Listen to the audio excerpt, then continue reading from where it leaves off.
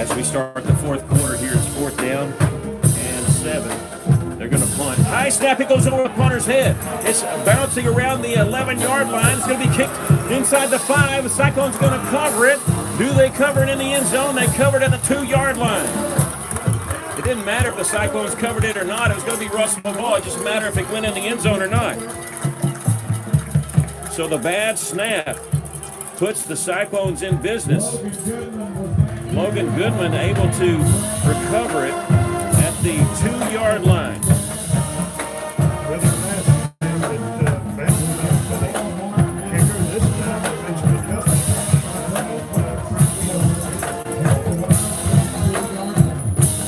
So the Cyclones going to take over the first play of the second quarter at the El Dorado 2-yard line. Have our bad snap went over the punter's head. They've had problems with the short snap on the extra point and snaps on punt. Whitford trying to create some time. He's going to roll to the right, breaks the tackle. He's into the end zone for the touchdown. Move the pocket to his right. Stop, let a man go by. They got in the end zone for what I think is his first rushing touchdown of the season. The Cyclones cut the lead in half, trailing 12-6 here on that touchdown. It's brought to you by Field Right Autoplex here on River Country KCJC.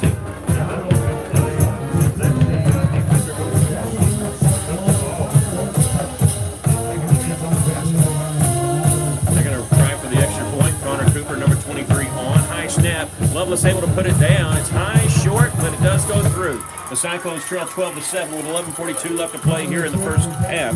You're listening to Cyclone Football in River Country, KCJC. 42 seconds to play in the second quarter. El Dorado 12, Russellville 7. Cyclone Booster Club business members and the Cyclone Club include Pet OZK, Board and Brush, City Church, CJ's Butcher Boy Burgers, Caldwell Banker, Connect Church, Curtis Construction, Danny's Fire and Auto, Planet Bank, and Dr. Jackson and Richardson. So the Cyclones get a little help from the special teams. A miscue by El Dorado, a snap that went over the punter's head. And Russell covered the fumble Logan Goodman did at the 2-yard line. Really didn't matter. It was going to be Russell's ball there at the 2 anyway. And with everybody covered up on first down, Braden Whitford able to scramble for the touchdown. The extra point was good by Connor Cooper. Russell trailing 12-7 now. And you just felt snake bit in the first part of the first quarter. Now you feel a lot better. Russell bunching up here to do kickoff, and it's going to be a sky kick, even though they gave the different look. It's going to be a return by Washington from the 16-yard line. He cuts back to the 30, trying to get the sideline. This is Yarborough, and he steps out of bounds at the 32-yard line. The Cyclone drive goes one play, 2 yards, 8 seconds. Yeah, we may see that formation again on the kickoff, and may see a different an entirely different kick. They're going to put it down at the 33, so it's a 17-yard return by Yarborough.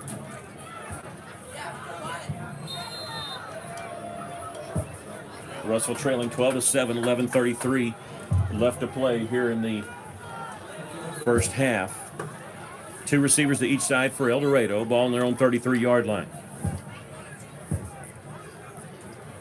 Going to move Hicks, the running back who was in the pistol formation, to the left. He's going to fake the handoff, throw to the far side. Tollett caught it. It was hit, knocked to the ground.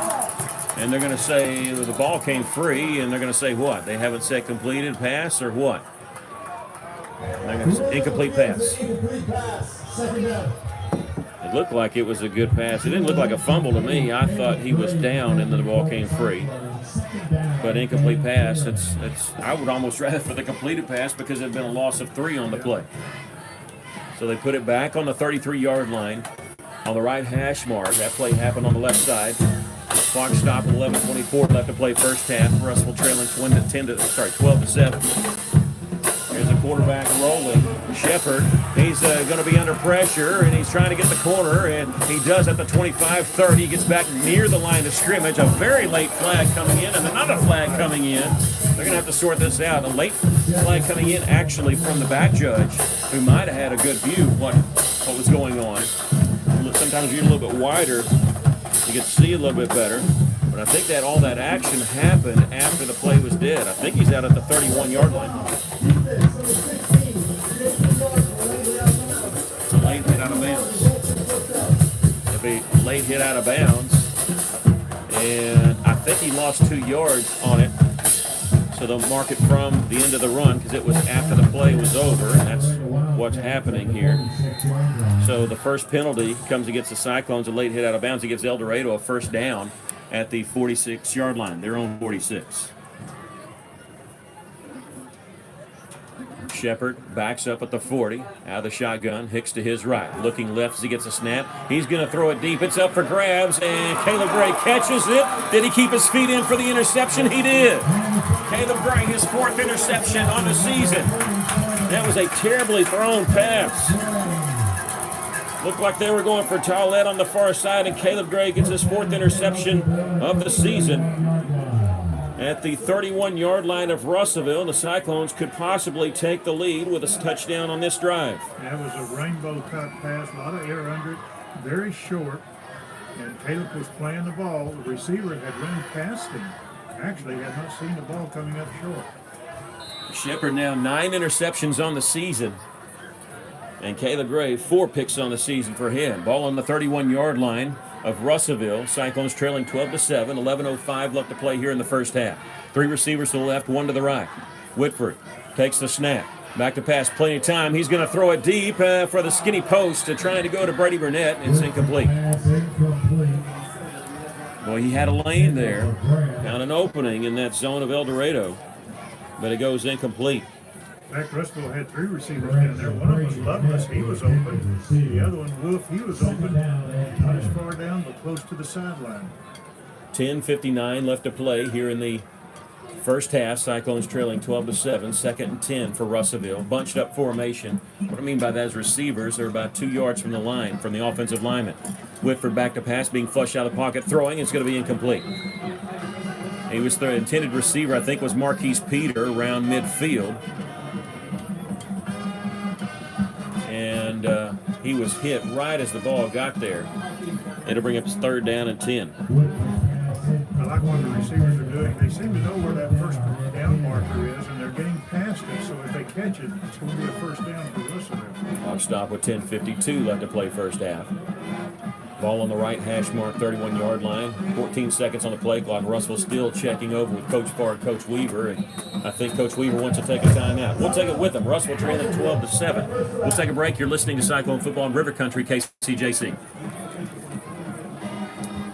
Cyclone Club business members include Point Bureau, Faulkner's Athletes Corner, Firehouse Sales, First Assembly of God, Pat Patty's Barbecue, Heinz Son, Honda Russellville, Innovation Industries, JB Export, Johnny's Ice Cream and Deli, Johnston's Mallard Scholastic, Lake Hills Church, Little John Transportation Services, McCoy State Farm Insurance, McDonald's. Welcome back to Cyclones trailing by a score of 12-7. Well, I hate to say you feel fortunate it was only 12-7, but think about this. They'd scored 2 touchdowns, gotten a surprise onside kick, and Russell was just sort of reeling. Russell weathered the storm, scored. They have the ball, but they're facing a 3rd down and 10 when we come back. Action. Greenwood leading Sheridan in the second quarter, 14-0. Lake Hamilton leading Benton 7-0. That's a second quarter score. Russell looking at 3rd and 10 from the 31-yard line, their own 31. 10:52 left to play here in the first half. Cyclones trailing 12-7. 3 receivers to the left, 1 to the right. Whitford claps his hands. Another second later gets the snap. Here comes the blitz. He's going to step up, throw, and it's going to be incomplete. Tried to go to Brady Burnett. Throw was a little behind him. It'll bring up 4th down and 10. Good coverage on Brady. But, if the ball had been on his hands, I think Brady would have brought it down. 4th down and 10.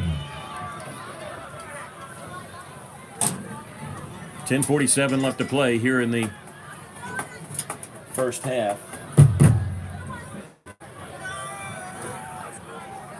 And Ty Hips going to do the punting. Remember, Russell without Tristan Wheelis, who's done for the season with an injury. two men back for El Dorado. One of them is Jamel Love, number 7. He's their main return guy.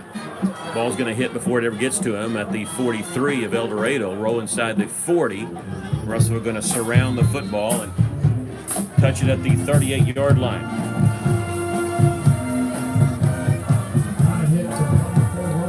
And depending on where they put it down, looks like they're going to give him a 37, so it'll be a 32-yard punt with no return. Russell going to be back at home next week for senior night against Siloam Springs. They'll honor not just the seniors of the football team, but also the golf team, the tennis team, cheer and dance. Shepard, the quarterback in pistol formation, going to give it to Hicks. He started left, cuts back right. He gets across the 40 to the 43. Big first down gain there for Hicks. Like 6 yards on the gain there. Alex Hicks again in pistol formation. He's a good 4 yards behind the quarterback. He's almost 10 yards behind the snap. He's going to get it straight up the gut again. He'll weave a little bit to his right, and he'll be tackled at the 46-yard line. It'll bring up 3rd down and 1.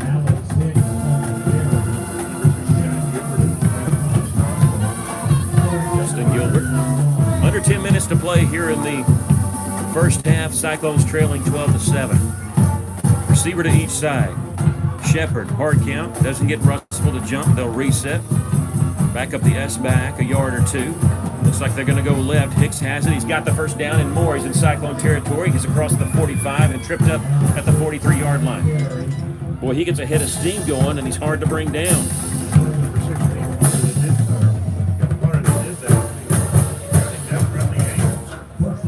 Pickup of 11 by Hicks. Hicks now 9 carries, 42 yards. They lead it by 5. Shift a route on the offensive line a little bit. And now check with me, 27 seconds on the play clock. Still plenty of time. Again, pistol formation. Hicks going to get the call again. And he's going to be hit behind the line of scrimmage and driven backwards at the 45-yard line. Yeah, number 43, With a half coat out, Ty Hips has become the leading tackler for the Cyclones. He wasn't far off from half coat, but 2 games without Cole. Ty Tolan's helped pick up the slack. Shane Booker on 2nd down and long. Give it to Hicks. He's trying to bounce it outside. He cuts back up. He gets across the original line of scrimmage and down at the 40. It'll bring up a 3rd down and 7 situation for El Dorado. They've run on every play on this drive, taking over at their own 37. They've driven it to the Cyclone 41-yard line. And it's all been Alex Hicks, but they may have to throw it here. It's 3rd down and 8 as they mark him back at the 41. Ball near the middle of the field. Again, they're going to shift. The tied in and an S-back going to the left side. They're going to give it to Yarborough on the sweep. He's got some room. He's across the 30. Got the first down. Flag in the backfield. He's going to go the distance to the 10-5 touchdown, but there's a flag back at the 41-yard line. And it's coming back. Let's hope it's holding. It is. The man that threw it didn't run. He knew. It's going to be holding back at the 41-yard line.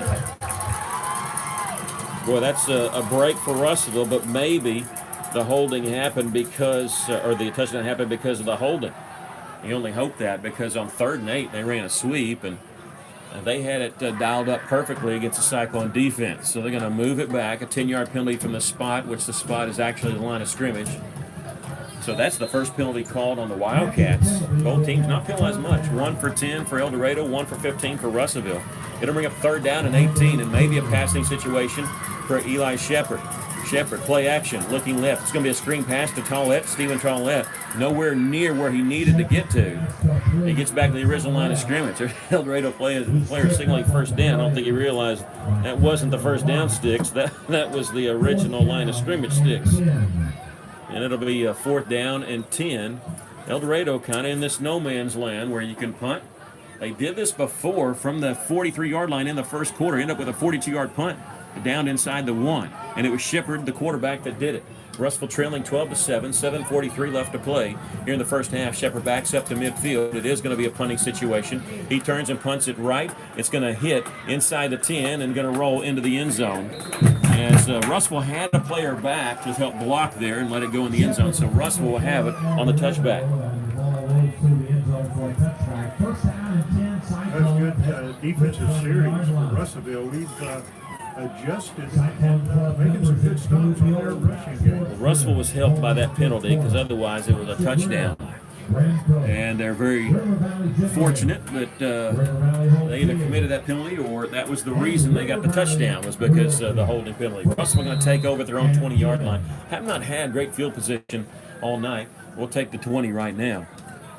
Russell trailing 12-7, 7:31 left to play here in the first half. Screen pass complete to Reed Wolf across the 20, 25, and they're doing a good job. They tackle him and push him out of bounds. They tackle him, but they also try to strip at the same time, and it worked once, but this time it doesn't work. Reed Wolf hangs on to the football. They're going to say he stepped out of bounds at the 26-yard line, a 6-yard pickup. It'll bring up 2nd down and 4 for Russellville. Ball on the left hash mark. 2 receivers to the right, 1 to the left, 2 running backs in the backfield. Lovelace is 1. He steps up now. He's a split in on the left side. Whitford back to pass, looking right, going to be flushed out of the pocket, rolling to his right. He's going to throw across his body, complete to Lovelace, who ran backwards, breaks a tackle back at the 24-yard line. He's across the line of scrimmage to the 28, back where he caught the ball and he actually kind of ran backwards, I think, to gather himself a little bit. It'll bring up 3rd down and short for Russellville. They did gain some yards, gained a yard or 2 on that. It'll bring up 3rd down and a short 2. Under 7 minutes to play here in the first half. Coming up at halftime, we'll have stats for you. Also scores from around the state. 2 receivers to the right, 2 to the left. 1 running back in the backfield. They're going to move Lovelace in motion, give it to him on the sweep, trying to get the first down. He's got the first down, up the middle and more. He's at the 35, the 40, and tackled at the 42-yard line. That's enough for Beeson Roofing Solutions first down here on River Country KCJC. That's a perfect example of the runner just waiting for his blockers to get in front of him. Pick up a 14 yards on play. Russellville going quickly as Caleb Gray is in the backfield with Whitford, 2 receivers to each side. He's directing traffic, going to move Gray to the right. 6:21 left to play here, first half. Russell trailing 12-7. El Dorado showing blitz. Here they come. Screen pass complete to Reed Wolf. And can he break a tackle? No, he can't. But he gets to near the first down markers. But I think this one's coming back as a flag is back at the 39-yard line in the area of holding. Okay, illegal block below the waist. And they say 15 from the snap from the spot of the foul. That's going to be a pretty big penalty because it's marked from the 39-yard line. 15 yards from there would put it at the 24. Ends up being an 18-yard penalty. Russell 2 penalties, but for 33 yards, a big one. They've had a personal foul, late hit out of bounds, and this one, which is good. It's a 15-yard penalty. You want to protect these kids. Illegal block below the waist. You can't block anybody below the waist outside what's called the free blocking zone, which is within about 2 yards of the line of scrimmage where the ball snapped. Under 6 minutes to play here in the first half. Russell trailing by 5, looking at first down a long ways. Here's Gavin Graham taking the screen pass and flung out of bounds, and the Cyclone fans want a late hit out of bounds, but they're not going to throw it, I think, because they made contact while still inside the field of play, and the coaches aren't arguing that call. I think since contact was made there, that's why they didn't call anything out of bounds. It ends up being a 4-yard pass play to Gavin Graham. It'll bring up 2nd down and 24. If you're going to face 28 yards to go for the first down, you want to face it on first down. And here's some pressure. Whitford trying to make something out of nothing. He's going to throw it out of bounds. Had Reed Wolf in the area. But if he doesn't throw that, he's sacked back inside the 15-yard line. Yeah, that's a smart play by Whitford. Wolf was there. In fact, Wolf was breaking to the inside. Good job by Whitford just to throw that away. He's 20 of 25 in this first half for 182 yards. No touchdowns passing, does have 1 interception, but he did get the Cyclones' only touchdown running the football. His first rushing touchdown of the season. 3rd down and 24. Russell needs El Dorado's 48 for a first down. Whitford looks right, comes back left. It's a hook and ladder play, and it's complete to Wolf and then to Caleb Gray. He runs out of bounds, though, at the 36-yard line. Good idea, but just not a lot of room over there to run that play. No, again, running to the short side of the field. Pickup of 8 yards. It'll bring up 4th down and 16, and Ty Hips is on to try the punt there. And, well, you've seen a lot of mistakes, but they've all been on El Dorado's end on punt play. Russell with the odd formation, they have both gunners to the right, no gunners to the left here. Almost like 2 receivers out there. Hips, he is going to punt it away, and it's a beauty. Fair catch called for at the 27, 28-yard line by El Dorado. And that's where El Dorado will take over after the 36-yard punt. Boy, that hung up beautifully, exactly what you want. You want your guys to be able to get down there in time. 5:20 left to play here in the first half. Cyclones trailing 12-7. Very eventful first quarter. Second quarter's been exciting, but not as much action. Just not as many big plays, but Russell did get a big play after the snap over the punter's head for El Dorado. Russell covered at the 2-yard line. Logan Goodman, the next play, Whitford ran it in from 2 yards out. They cut into that El Dorado lead. That's where we stand. Russell trailing 12-7. They're going to give it to Hicks once again, and hurdles a man at the line of scrimmage, gets across the 30 to the 32-yard line. Alex Hicks showing some athleticism there on that run. Alex Hicks averages yet 80 yards a game. He's got 48 yards in this game on 12 carries. And they're committed a little bit more to the running game these last 2 drives. What's hurt them is penalties. Eli Shepard, as soon as I say that, this play action pass, he's going to have to roll to the right, and he throws it out of bounds. As in the area was Jackie Washington. I think ever since Shepard threw that interception, I don't know, cold night, hard football, I don't know what happened. It's just, it was a terrible looking pass, and maybe the coaching staff lost a little confidence, but he's 2 of 7 for 63 yards. That pass wasn't the best in the world either. It hung up there for a while. It's 3rd down and 6. They need their own 38-yard line for a first down. Pistol formation. Hicks, they're going to play action to him. Shepard, he's going to have to step up in the pocket, rolling to his right, still looking downfield. He's going to take a hit, get out of bounds, and nowhere close to the first down. We'll see where they give him. I think he's across the 35 to the 36. I think he's about 3 yards short. No, he's at the 36, so he's 2 yards short. 4th down and 2. And they have not brought on their punter yet. However, Eli Shepard does punt some. Russell making some defensive changes, bringing in a couple of defensive linemen here on 4th down and 2. It's a good 2, probably 2 1/4. 3 receivers to the right. The play clock is down to 15 seconds, hard count, and I think El Dorado moved. Hard count, and El Dorado is the one that moved. I don't know if they're going to try to draw Russell off sides or that they're actually going to go for it. Bad time for them for their second penalty. Good time for the Cyclones because now they are going to have to punt the football away. Probably more traditional formation. But they've got to be worried about their deep snap. They rolled one back to the punter. They short hopped on the extra point try. They snapped one over the punter's head, and they're not going to risk it. They've got the quarterback in there. I think he's just going to punt from there because they're worried about this snapping situation on long snaps. This one's an end over and goes off the side of his foot. Terrible punt. It's going to get near midfield. I think it went out of bounds at the Cyclone 47-yard line. So it's a punt of just 22 yards. Russell going to have great field position. They have 2 timeouts with 4:23 left to play in the first half. Plenty of time to do something here. I mean, all you need is 4 minutes, but you get 2 timeouts, an extra 23 seconds. Russell trailing 12-7. Yeah, Russell needs to take advantage of this. We're in good field position. 1 receiver to the left, 2 to the right. Move a man in motion. That's Lovelace. He'll be on the right side, split in formation there. And busted play, and Whitford's going to have to cover the football back at the 41-yard line. It looked like the play action looked like Graham thought he was going to play action, and he thought Graham was going to take it. And so he covers the ball back at the 41, so it's 2nd down and 16.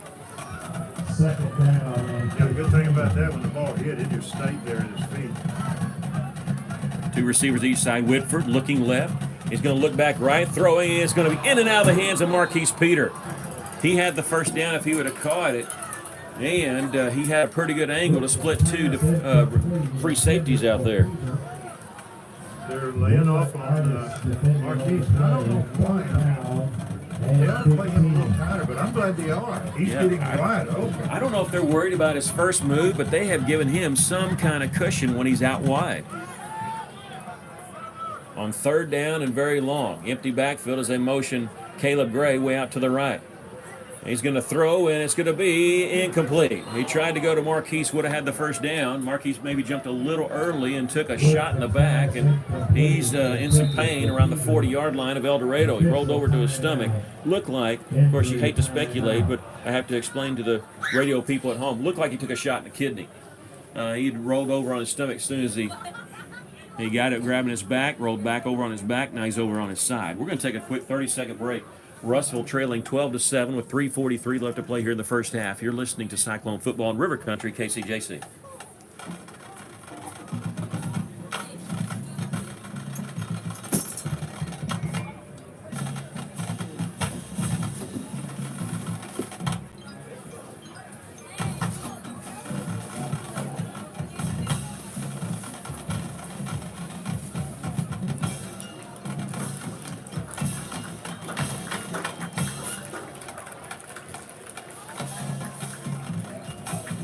Welcome back, and Marquise is up under his own power, running off the field.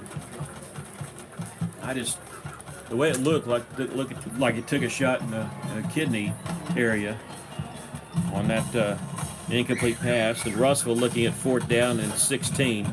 They're going to have to punt the football away. With 3:43 left. Man back for El Dorado is Jackie Washington. This time they only have one man back. They're looking at more of a base defense. Doesn't look like they're coming at all to try to block the punt. Nice snap, but Hip's able to handle it. It's a low line drive, and Washington going to let it bounce. That was a mistake, but he was worried about fumbling it. And it rolls inside the 20, inside the 10, and keeps rolling. Is going to be down at the 8-yard line. So we have a 51-yard punt with no return. That's not bad. We'll take that. Yeah, Good job, Ty. Good job. 51-yard punt. No return. El Dorado will take over at their own 8-yard line. It's about time they have to deal with some bad field position. 50-50 rifle sponsored by Board And we have at halftime, we'll give you the stats, the scoring summary, and also some scores from around the state. 3:28 left to play here in the first half, but hey, we got a lot of time here. El Dorado, Russell, each with 2 timeouts. Shepard going to turn and give it to Hicks, trying the left side, and he's trying to get the corner. He's across the 10, 15, stiff arms him at the 20, 25, and forced out of bounds at the 24-yard line. They say he stepped out of bounds. Now they're going to mark it up. I thought he got past the 25. They do. They're going to mark the 28-yard line. Yeah, that wasn't really a sweep, but that was running to the left side. And when he got outside the defender, secondary, he's hard to bring down. 1st and 10 for El Dorado at their own 28-yard line. Ran out of bounds, so stopped the clock with 3:19 left here in the first half, leading 12-7 over the Cyclones. Shepard, he's going to throw it up for grabs. It's a jump ball, and it's going to be incomplete. Defending on the play was Justin Lovelace. They were going to Jackie Washington, and I don't know if the cold is bothering Shepard. We saw film on him. He didn't put this much air under the football. That's the 3rd pass we've seen that's basically been thrown up for grabs. I don't know if he's injured or just having a bad night or what, but that was just up there for the picking for anybody. It'll be 2nd down and 10 at the 28-yard line of El Dorado. They're going to turn, hand it off to Hicks. He's running left. He's across the 30, breaks a tackle at the 35, gets a first down at the 40-yard line. But we have a flag back at the 38-yard line as a legal block below the waist against the defense. Against the defense, and so that's going to be tacked on at the end of the run. You don't see that too often. That's twice that's been called tonight, both against Russellville.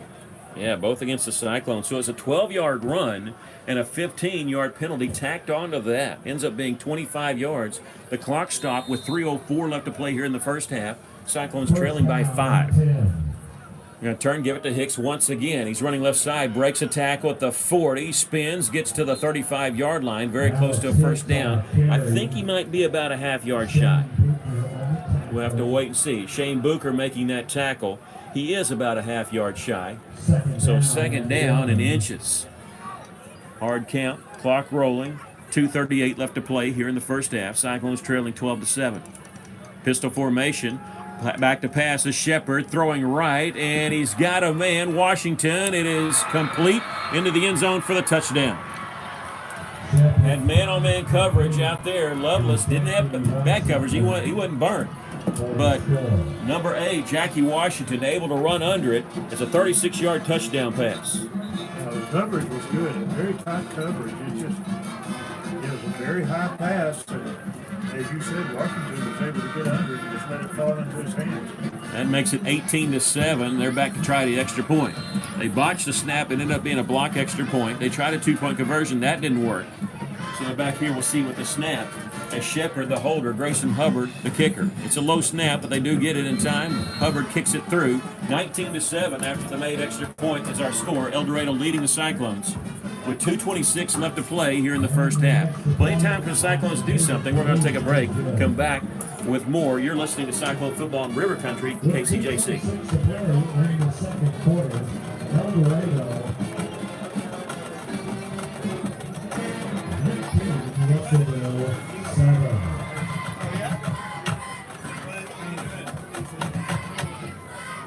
Cyclone fans, stay tuned for a great halftime show. Russellville cheer, Russellville fans, Russellville Cyclone band, and a special presentation for the Russellville girls soccer team. All at halftime. 2:26 left to play here in the first half. Cyclones trailing 19-7. 3 steps and they kick it off, and Gavin Graham going to take it at the 8-yard line. He's running from left to right, running across the field, gets to the 20, little stutter steps there, gets around his man across the 25-yard line before he steps out of bounds. First down and 10. Took it from the 6, and where are they going to mark it out of bounds? Looks like they might give him the 28-yard line. Good return. Yeah, that winds up being 22 yards. The thing I like about Graham, again, he didn't try to outrun the blocker. He stayed behind him. Appreciate you joining us. We're Cyclone Football here in River Country, KCJC. 2:16 left to play here in the first half. Cyclones with 2 timeouts trying to answer. Remember, El Dorado will get the ball to start the second half. 3-3 stack defense by El Dorado, what they go with. Russellville's seen this only once before in Benton, and they're going to bring a man in motion. That's Brady Burnett. He takes the handoff and loses yardage back to the 21-yard line.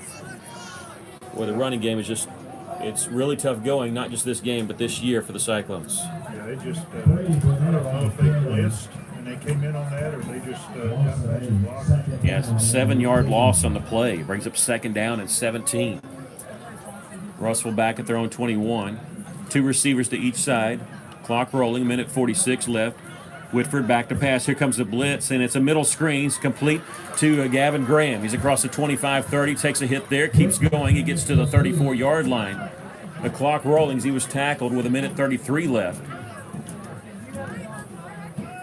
And you don't want to call timeout if you're Russellville here without getting a first down because you don't want to give El Dorado time. So you're sort of letting the clock roll. If Russellville gets a timeout or gets a first down, then they will call timeout. However, we're going to have a stoppage of play because an El Dorado player is down. A minute 20 left to play here in the first half. We're going to take a quick break. Russellville trailing 19-7. You're listening to Cyclone Football in River Country, KCJC.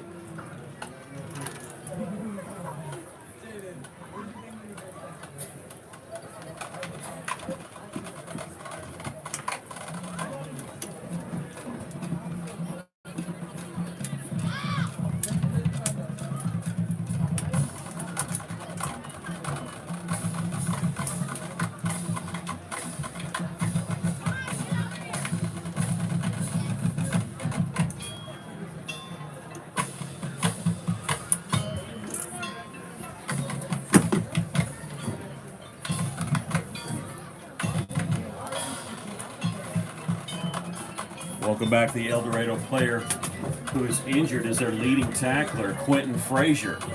And he is walking off under his own power, but being walked with by the trainer. That would be a huge loss for El Dorado if he's unable to complete this game. He's walking off without assistance now. Yeah, you don't want to see anybody injured. Russellville looking at 3rd down and 4. Minute 20 left to play here in the first half, trailing 19-7. Whitford, Graham to his right, back to pass, looking right, and it's going to be tipped and incomplete. He was trying to go to Reed Wolf, and they hit Wolf, but the pass was tipped, so No flag. That stops the clock with 1:15 left to play here in the first half. And Russellville going to have to punt probably here on 4th down and 4. El Dorado, that will give them the football with 2 timeouts left. And they're back to having 2 guys back deep, one of which is number 8, Jackie Washington, who has a touchdown reception tonight. Hips gets the punt away. It's a low spiral, beautiful kick. They're going to backpedal, and they're going to take it at the 27-yard line, hit as they cross the 30 to the 34. And I think that's Shane Booker on the tackle.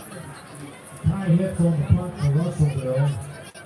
So a 39-yard punt, a 7-yard return. On the return for El Dorado, number 18, Demarius. Ty Tolan on the tackle for the Cyclones. Getting the return there to the 34. Just trying to make sure we're correct here. Yeah, it is a 39-yard punt with a 7-yard return. El Dorado with 2 timeouts and 1:05 left to do something they want to. 2 wide receivers play action pass as they fake the screen. They throw. It's complete right at midfield. No, he didn't keep his feet in bounds. And that's Xavion Dismuke. I think that's the first time they've gone to him this year. He's got 10 catches on the season. TJ Holt, a nice lick. Maybe pushed him out of bounds. Maybe helped him out of bounds. So he couldn't come down with the reception. That'll stop the clock with 59 seconds left. And hey, you never know if Russ will get something good going here, maybe a turnover. They have a couple timeouts to work with. They're going to turn, give it to Hicks, who's running right, and they cut him down before he gets the line of scrimmage. That's 69 Gilbert again. He's doing a good job. That's about 3 times he's been out on tackle. Yeah, Booker there to help clean up. That's 3rd down 11. They're going to milk the clock a little bit. They have to snap it at least one more time. 40 seconds on the game clock, 35 seconds on the play clock. El Dorado will get the ball to start the second half. Yeah. They'll be looking at 3rd down and 11 right here from the 33-yard line.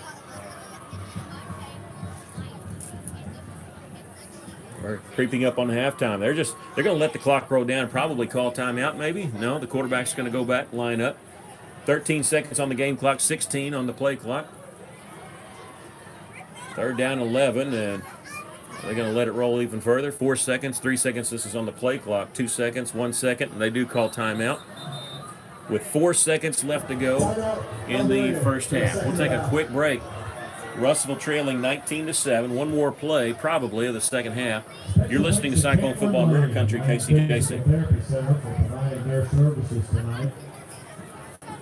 Cameron Lane Physical Therapy Center. Head athletic trainer Mike Hilton, and Dr. Bruce Brown of the Arkansas Orthopedic Center. Cameron Lane Physical Therapy Center.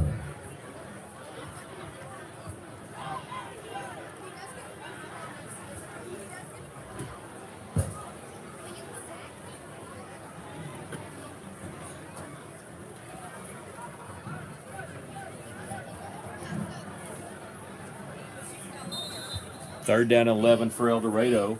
4 seconds left to play in the first half. Shepard back to pass. He's going to throw, and it's going to be incomplete. And that's the end of the first half. With our score, El Dorado 19 and the Russellville Cyclones 7 as the first half comes to a close. We'll take a break. You're listening to Cyclone Football in River Country, KCJC.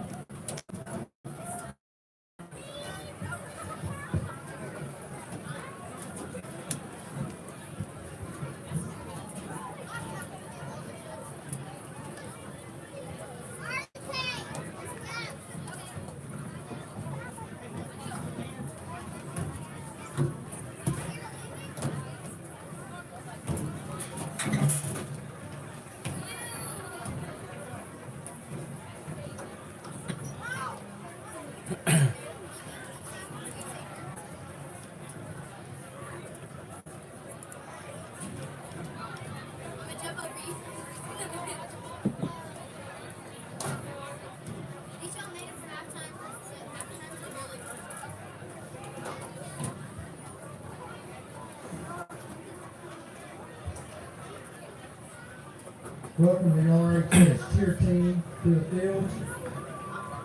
As the RHS cheer team performs a halftime You ready? routine.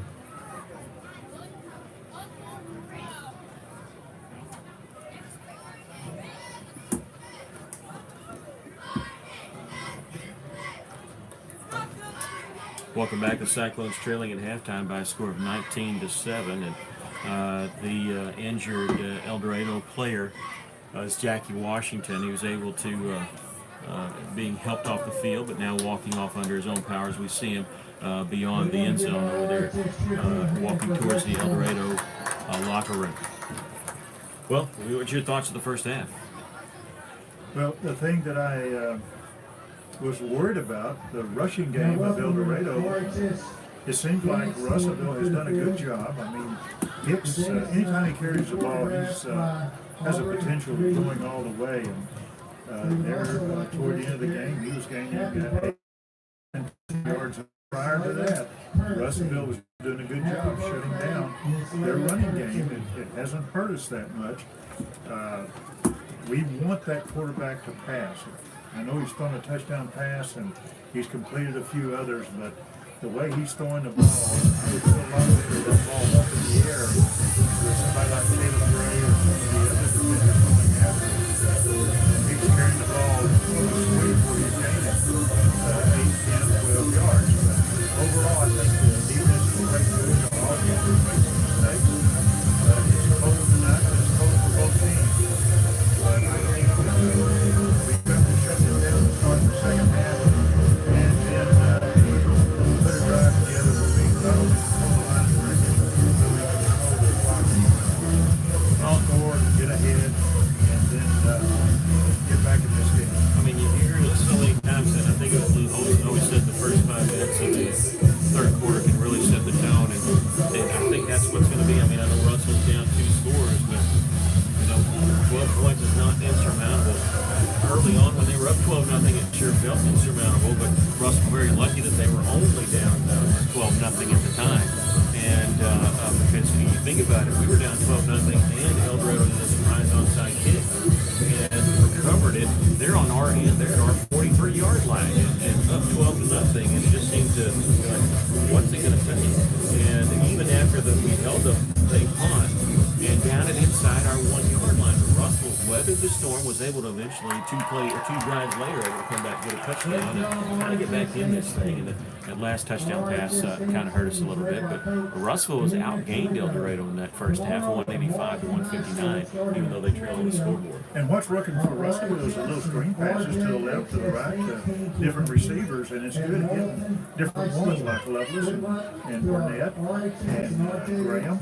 And until El Dorado shuts that down, keep doing it, because you're gaining quite a bit of yards with those short passes like that. Eventually, you keep throwing those, it's going to open up the middle with somebody like Peter or Wolf, and then you're going to get a good game. We're going to take another break as Cyclones trailing at halftime by a score of 19-7. Come back, we'll give you the first half stats. You're listening to Cyclone Football in River Country, Casey Jason.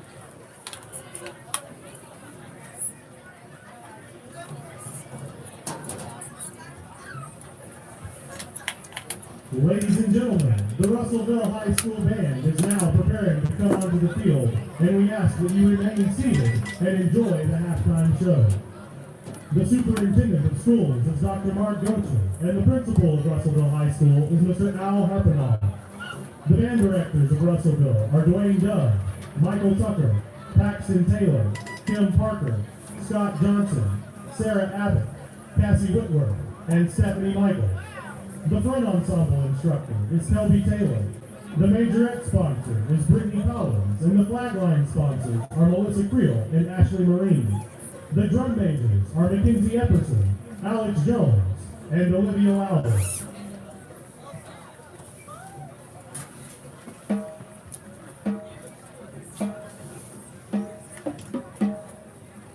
The theme of tonight's halftime show is West Side Story. With music from Leonard Bernstein, it is one of the greatest romance musicals of the past century. This evening, you will hear Maria, Cool, Jet Song, I Have a Love, and Tonight. as the band performs music from West Side Story. Trumpet soloists are Cameron Manning, Lakin Scribner, and Jake Hodges.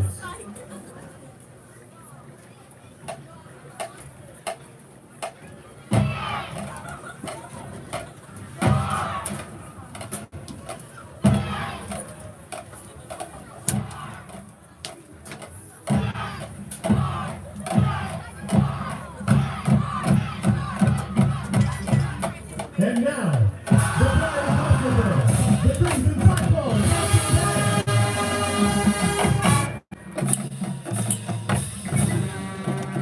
Will from 9:30 until 6 Monday through Saturday.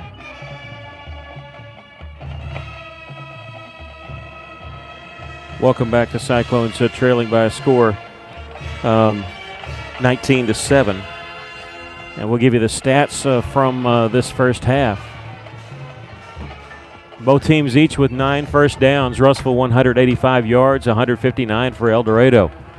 Russellville's had 203 yards passing. That's right, 203 yards passing, but only 185 total because they've lost yards on the rushing side. They've got negative 18 yards on 9 carries. Realize, though, bad snaps, that comes off your rushing totals. And that's why El Dorado is going to be way down because of the bad snap on the punt. Braden Whitford, 22 of 30 for 203 yards. And he does have an interception, no touchdowns, but he does have one carrying the football. He carried it in from 2 yards out. Justin Lovelace threw one incompletion in that first half.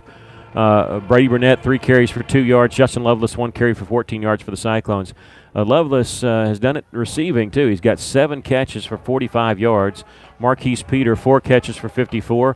Gavin Graham, 4 catches for 36. And Reed Wolf, 3 catches for 23.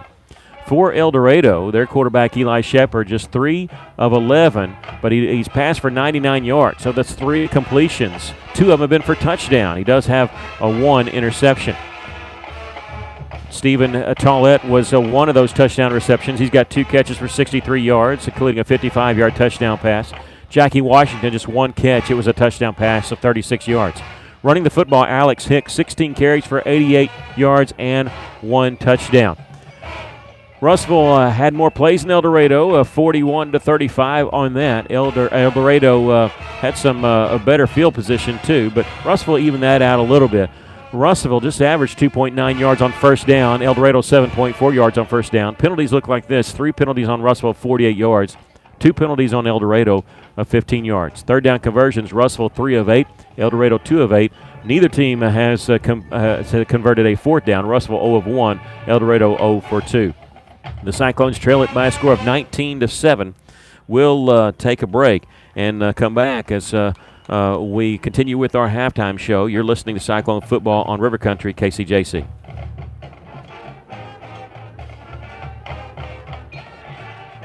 Hey, it's Drew Mitchell for Lakeside Oral, Facial, and Dental Implant Surgery.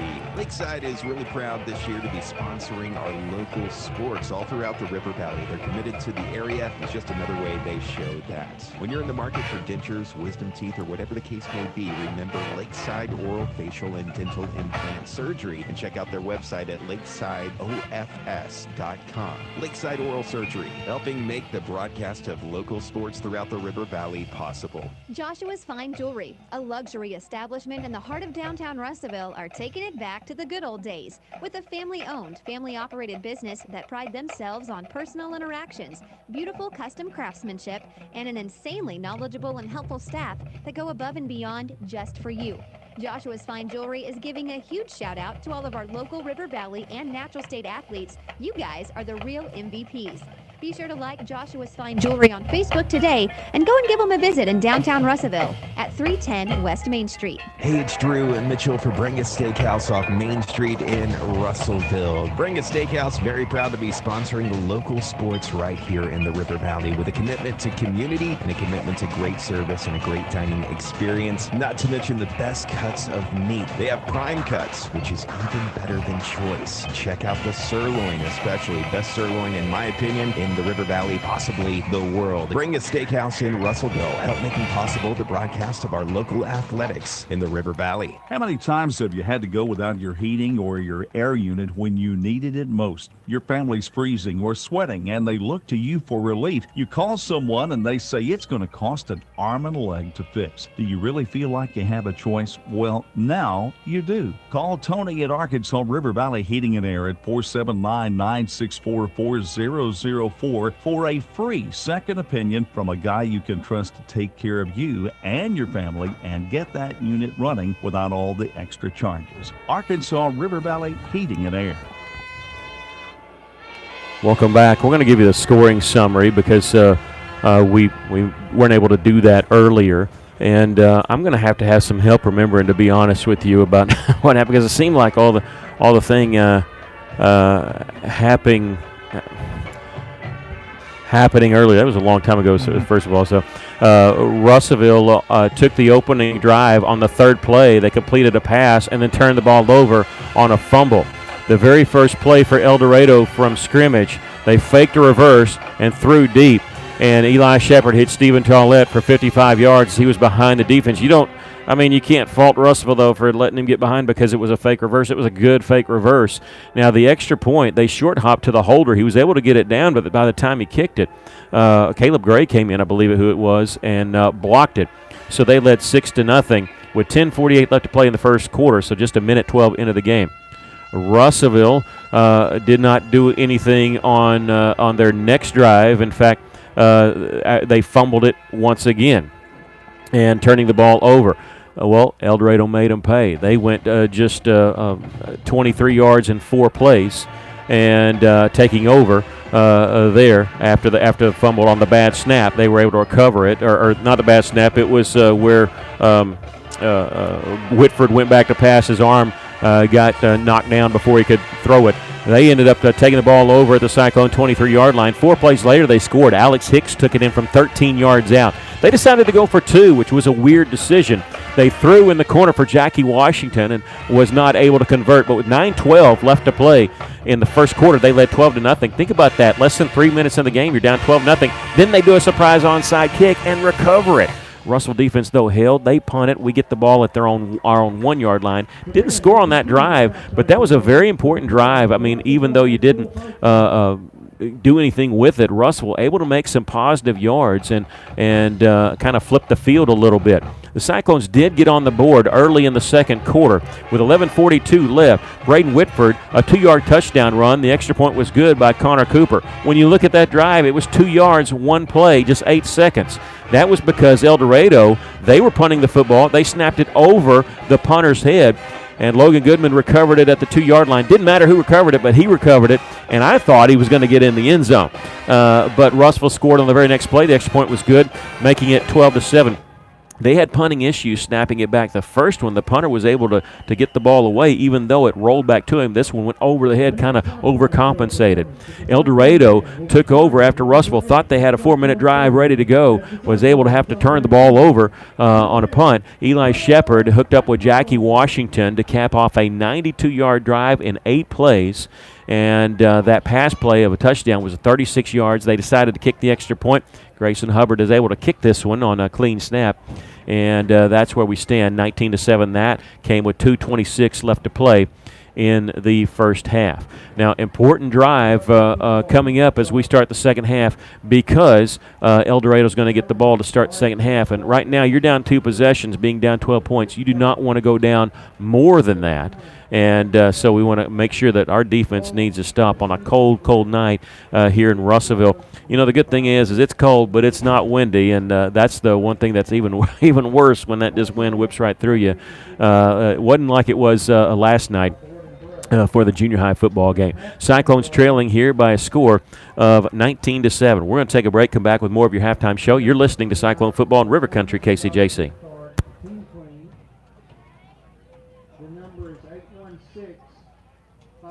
How can I help you? Can you turn on the porch light? I can't see anything.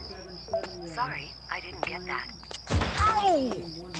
Not every innovation is helpful, but the new ITMs at First State Bank can help you achieve your banking needs at the push of a button. Interact with local tellers, cash a check, and more, right from your car. Plus, ITMs are open weekdays from 7 to 7. To learn more about First State Bank's new innovative services, go to fsbitm.com.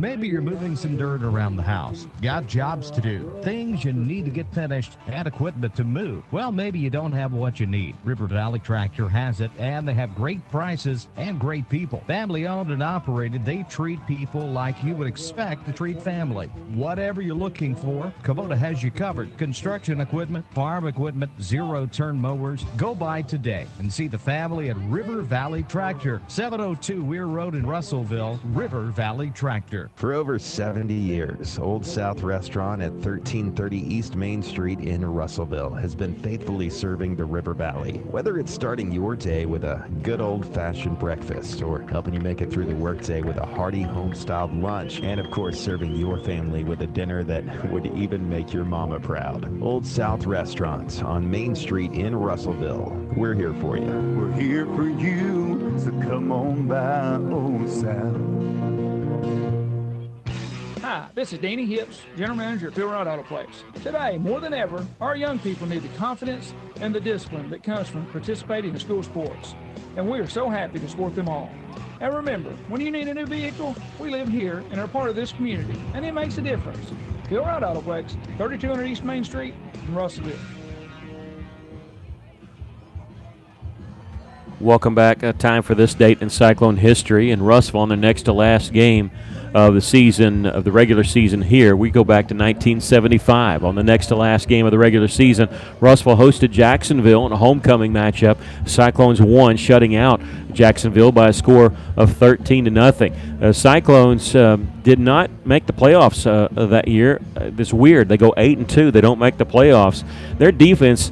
Defensively, if you look at it, they only allowed 25 points all year. Well, two of the points was a safety, so the defense actually only allowed 23 points all season, and that was the third year for Coach McCollum. The Cyclones in 1975 finished the season 8-2, but tonight, back in 1975, shutting out Jacksonville 13-0, and that was their fifth consecutive victory, all by shutouts. They had to shut out at Springdale, at Morrilton, Hot Springs, at Rogers, should say, and then at home against Jacksonville, winning that by a score of 13-0. Goings on across the state, some of the other scores in our conference, same old, even though Sheridan's a lot better. Greenwood shutting them out at halftime 35-0, so that's going to start the second half under the mercy rule. Benton and Lake Hamilton in a dogfight. They're still in the second quarter. They're all tied at 14. And Siloam Springs shutting out Little Rock Hall 21-0. Okay, what that means is it looks like Sheridan may be in line for the 3 or maybe possibly the 4 seed. The 1 seed is still Benton's to lose, but Lake Hamilton, remember, Lake Hamilton's undefeated. However, Lake Hamilton's quarterback went down last week, or during this week, and he's out for the season.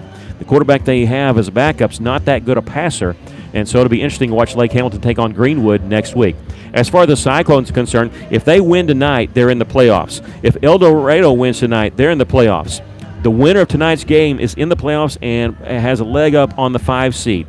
Should Russellville lose tonight, they can still get in the playoffs. All they have to do is beat Siloam Springs at home next week. Should El Dorado lose, they need to beat Little Rock Hall next week, which they most likely will, but they will also need Russellville to beat Siloam Springs in order just to get in. If Russellville comes back and wins and then beats Siloam next week, a 5 seed. So we can tell you all more about that at the conclusion of this game.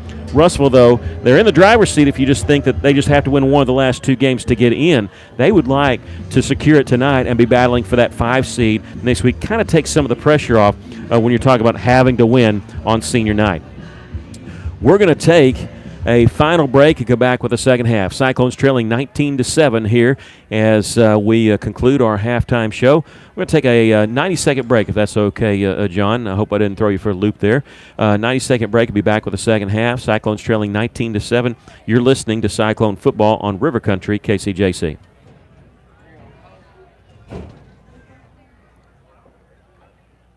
Arkansas Tire and Auto Service. We're more than just tires. Consistent, responsive, honest and fair. What makes us different? We're the ones who care. Trust our experience to know what you need. Professional and fast, see what we mean. Arkansas Tire and Auto Service. We're more than just tires. Arkansas Tire and Auto Service, 2304 East Main, Russellville. Did you know if your roof isn't maintained regularly, you could void the warranty on your existing roof? Tim Noblet with E&F Roofing has made it his mission to protect your roof or help you get the new roof that will maximize your investment and extend the life of your roof, which can save you money through prevention and maintenance. So before you have another company check your roof, call 479-272-4069 and let E&F Roofing see what they can find and how much you can save by using someone local, someone who cares, right here in the River Valley. Hey guys, Jacob Bedell with Cogswell Motors. We're gearing up for an extensive renovation to the dealership that starts next month. In doing so, we're making room on our pre-owned lot and everything must go. We have unbelievable deals and vehicles priced to move. With the largest selection of Ford, Lincoln, Mazda, and quality pre-owned vehicles, we're sure you'll find the perfect car for you and your family. So come check out our pre-construction sales at 1900 East Main in Russellville or online at cogswellmotors.com. Welcome back. They put a little bit more time on the halftime clock, as they do, even though we didn't have a prolonged halftime show. That's what they've been doing here lately, is and not just here at Russellville, every place we go. And I've been all the play-by-play guys. We kind of have our own little Facebook group. We talk about it as they've been waiting for teams to come back on the field and then putting 3 minutes on the clock. Because a lot of halftime shows are getting longer and longer, and that's not bad. I mean, we really enjoy watching two bands perform. Tonight, El Dorado brought a pep band, so they didn't perform. Russellville performed, so shorter halftime, but they still took a little bit longer to prepare. So we could tell you that coming up at on KCJC at 10 o'clock tonight, our buddy Rex Nelson, the voice of the Ouachita Baptist University Tigers, will be hosting the scoreboard show. It's very entertaining, and it'll go from 10 o'clock till midnight. And if you listen closely, sometimes he throws in a Village Academy score, and I always kind of excited when he throws that in. If you don't know anything about Village Academy, it's, in my mind, it's the greatest high school story in Arkansas sports history. I may be overstaying a little bit, but in my mind, it's one of the greatest and one of the funniest. You need to look it up, Village Academy, the Village Academy Beavers, and the spoof that happened back in the 80s when they made up a school who would always get scores reported in the Little Rock newspaper. But Rex Nelson will be on hand for the 2-hour program from 10 until midnight, and that's on River Country KCJC here on 102.3. We told you that some scores from our conference. We don't want to give you a couple from our locally. Dardanelle leading Elkins. They're at Elkins at halftime. That score is 16-12. Atkins trails Glen Rose at halftime, 21-7. Lamar trailing Booneville in the third quarter, 21-7. We do not have a score on the Pottsville-Dover game. That's being played over just east of here. Well, I think we're ready for action. The officials are huddling around midfield, even though there's 12 seconds left on the clock, and we're ready for the second half. And didn't start our way in the first half, hoping to have a little bit better start this half. Village Academy, they've never won a state title, have they? Never have. They always finish 500, always played their games on the road, and always played Louisiana teams. Don't want to give too much away, but I tell you, old band director here at Russellville, Travis Beard, when I was in high school, was the one that tipped me off to it because it was one of his buddies that was involved. I think it was a band director from Jessieville that was one of the main guys involved. And every week I would look at the newspaper, Little Rock newspaper, to see their score and see the highlights that was called in. That was back before the internet, so you just had a coach calling in, and we had a couple of guys that made up, and they even had a football banquet, and the colors were green and white, and you could buy T-shirts to go Village Academy. And after Russellville, they're my favorite high school football team. We saw this at Russellville. They bunched up to kick, and instead of Connor Cooper, I can't tell if that's Caleb Gray or Gavin Graham. One of them's holding the football like punt. You can do this, and now Russellville's drop kicked this before. They let it hit the turf. Caleb Gray. Is Caleb Gray going to kick, and we're going to see what happens here. And is he going to drop kick it? He can punt it. He can let it hit the turf and then kick it. And now they spread out a little wider as we start the second half. And he is going to drop kick it. It's an onside kick, and Russellville has a chance. It goes out of bounds. And El Dorado backed up. Even after the kick was rolling, they backed away from it. They gave Russellville a chance there, and El Dorado, very lucky that they have possession of the football at the 49-yard line. They're talking about where it goes out of bounds. But I don't understand that. El Dorado didn't go for the football. Even after it went 10 yards, they backed up 4 yards away from it. Yeah, just number 9, Roberson was over there. He got his hands on it, but he just could not bring it in. But I don't understand El Dorado backing up 5 yards and letting Russellville go for it. Yeah, that was a great call on that, and I think they've never seen that before. Russellville's done it once before. If you remember, they had a 15-yard penalty that was assessed.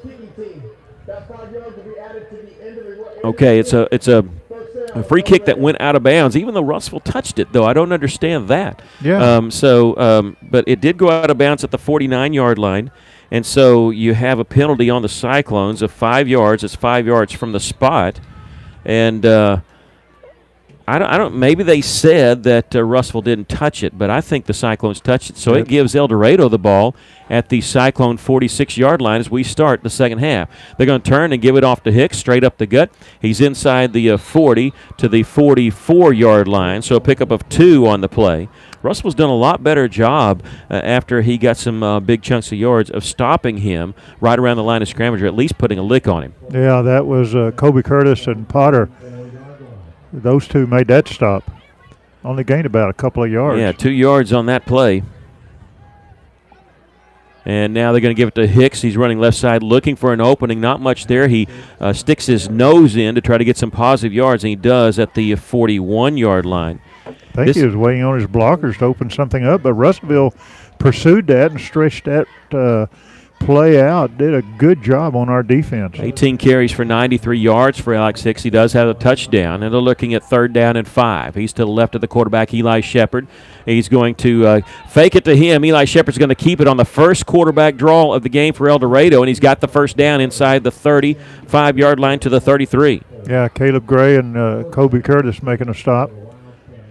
Cyclones trailing 19-7. Early goings of the second half here. Winner of this game locks up a spot in the 6A playoffs. Loser has to win next week, possibly needing some help. If you're El Dorado, you need some help. Russellville, all they have to do is win one of their remaining 2 games.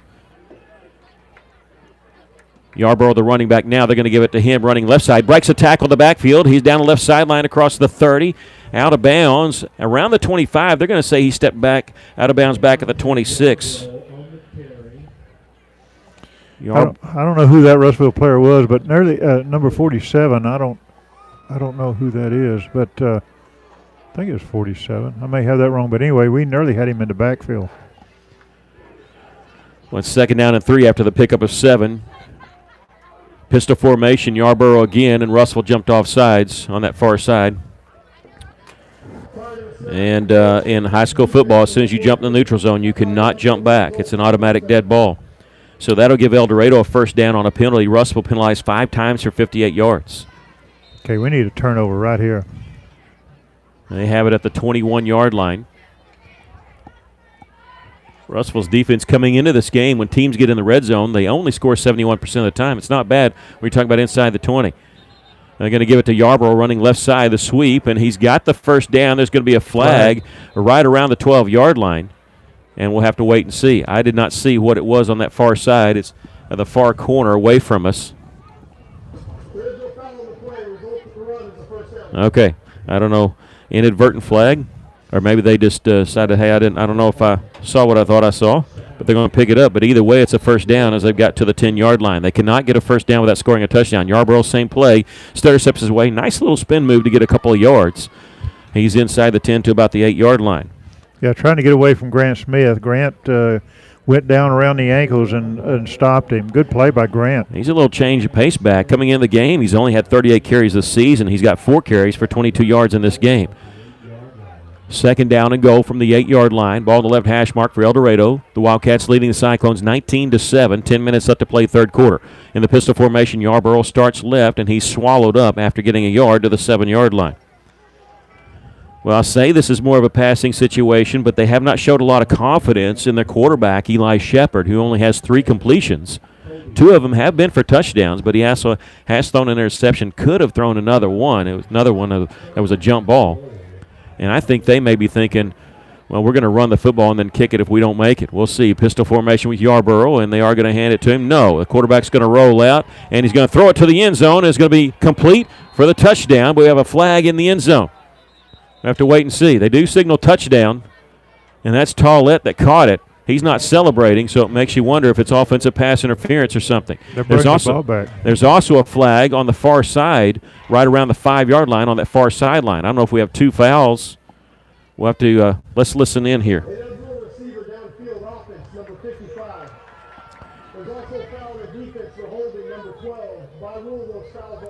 Okay, we have defensive holding in the end zone, but an eligible receiver downfield. They offset, so we do it again. They have the official mic'd up tonight. I don't know if you guys can pick it up in Radio Land. That's a new thing here at Cyclone Stadium. They go under center for the first time. Shepard, it's a toss sweep to Yarborough, and we have penalty flags fly.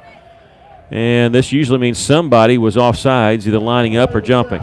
And his false start against El Dorado. Well, they lined up quick under center for the first time tonight, going with that toss sweep. And that'll move them back 5 yards. Third penalty on them for 20 yards. It'll be 3rd and goal from the 12-yard line. Russell trailing 19-7 El Dorado in the red zone here, looking at 3rd and goal. Out of the shotgun, they're going to run a handoff. No, it's going to be a reverse. It's Washington. He's at the 10, cuts back at the 5. And he's hit, and he's very close. I think he stopped inside the 2-yard line. Jackie Washington on the reverse. They got quite a bit pickup there, and the ball will be inside the 2, right at the 1. Ball on the left line. hash mark, and this is closer than an extra point, so you got to think they're going to go for it. You think, well, if you miss it, then you still give the ball up inside the 5. Pistol formation. Yarborough's going to turn, take the handoff straight up the gut, and he's into the end zone for the touchdown.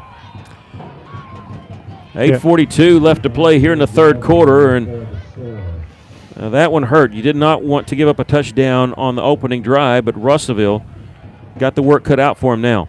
Yeah, that drive just went right up off the right guard. That big offensive line just pushed us back.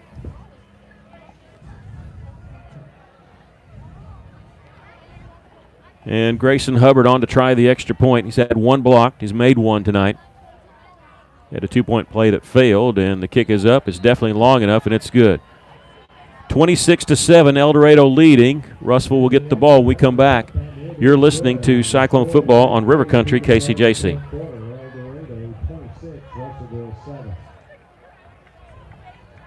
Taking care of families. That's what the folks at C&D Drugstore have been doing in historic downtown Russellville for more than 6 decades when it comes to all your pharmaceutical needs. When it comes to compounding special medicines, R.D. Walker and his staff are there to serve you. And most importantly, if you need delivery, if you need curbside pickup, you need C&D Drugstore on the corner of B and Commerce in downtown Russellville, a 60-year tradition. Cyclones trailing by a score of 26-7. We'll give you the details on that opening touchdown drive for El Dorado. Their kicker, Grayson Hubbard. Sometimes he's done a 3-step run up. It looks like he's going to do that here from just inside 3 yards. Got a pretty good leg to be able to kick it as far as he does with just that run up. He's going to set it up on the left hash mark. 2 steps. Here's a kick. It's long. It's going to back up Graham to inside the 5 to the 2-yard line. He's running laterally now, and he's across the 10, the 15, the 20. And here's a flag that comes in. He's to the 25. That's Caleb Gray, actually. 27-37 is hard to see with these uniforms. We have 2 flags in on the play around the 30-yard line as he steps out right at the 30. Well, he took that one from the 2 and got to the 30-yard line, and that's where the flags come in. That was Caleb Gray. Return team, number 82. 10 yards from the stop of the foul. All right, so it's holding on Russellville, so they're going to back us up. And let's see, it's still going to be 1st and 10, but it's going to be right from the spot is where he stepped out of bounds. So we'll get the ball at the 20-yard line. So you don't like holding penalties anyway, but at least it's not going to back us up deep. 8:32 left to play here in the 3rd quarter. Russellville trailing 26-7. They're going to bring a man in motion. That's Brady Burnett running far side. They're going to throw a screen pass out there. It's tipped and incomplete, and that was almost picked off going the other direction. Ooh, that was close. Oh, that was real close. It went right through the defender's hands. If he'd have stayed on his feet and caught the ball, he had clear sailing for about 15, 20 yards. That's Class 9 Miller. And they had tried to set up a screen to Marquise Peter, and Burnett, another receiver out there, was ready to block for Marquise, but the ball never got to him. 2nd down and 10 for the Cyclones. 2 receivers to each side.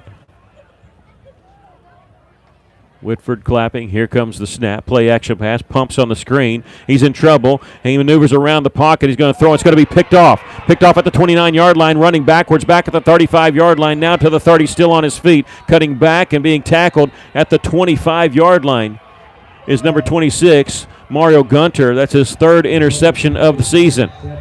We have a Cyclone player that's down at the end of the play. Yeah, I think it's Lovelace. I don't know if he was going for Wolf or Lovelace on this side. It was intercepted by Mario Gunter, number 26, just a sophomore. He intercepted it at the 29-yard line, backpedaled back near around the 35 of Russell, ended up getting it to the 25, so a 4-yard return on the interception. And El Dorado in business at the Cyclone 25-yard line, but who did you say was down? Lovelace. Lovelace, Justin Lovelace. Lovelace, kind of a jack of all trades for Russellville. I mean, came in as a quarterback some. He's been a receiver, even been a running back at times a little bit. Last few games he's played on the defensive side at cornerback when Russell's needing him. He's up and he's going to walk off under his own power. Doesn't seem to be limping, but he is walking very gingerly. It looked like he got kicked in the chest or in the stomach trying to make that tackle. But that's the 4th Russellville turnover. They've had a fumble. They turned over on an onside kick and 2 interceptions here by Whitford. No, they've had that's their 5th turnover, isn't it? Yeah, their 5th turnover because Whitford had a fumble when they hit his arm when he dropped back to pass. But that one comes, this one hurts because it's deep in Cyclone territory. They're going to run to the line of scrimmage under center. Shepard's going to try the toss sweep, and they're going to throw it. They got a man wide open. It's complete, 5 touchdown. Alex Hicks taking the halfback pass and throwing it and finding Jackie Washington, who is behind everybody. And I don't blame him because I was fooled on that. Well, it looked like the same play they had run the last series and got thrown for a loss or because of a penalty. But this time, instead of running, they just stopped and Hicks threw the ball. That makes it 32-7 with 8:05 left to play here in the 3rd quarter. And the extra point is good. Well, we're taking some punches tonight, Cyclones. The bad news is they're down 33-7. Good news is they still got a lot of time. 8:05 left to play in the 3rd quarter, but they got to do something on this drive. We're going to take a break, come back with the kickoff. You're listening to Cyclone Football in River Country, KCJC.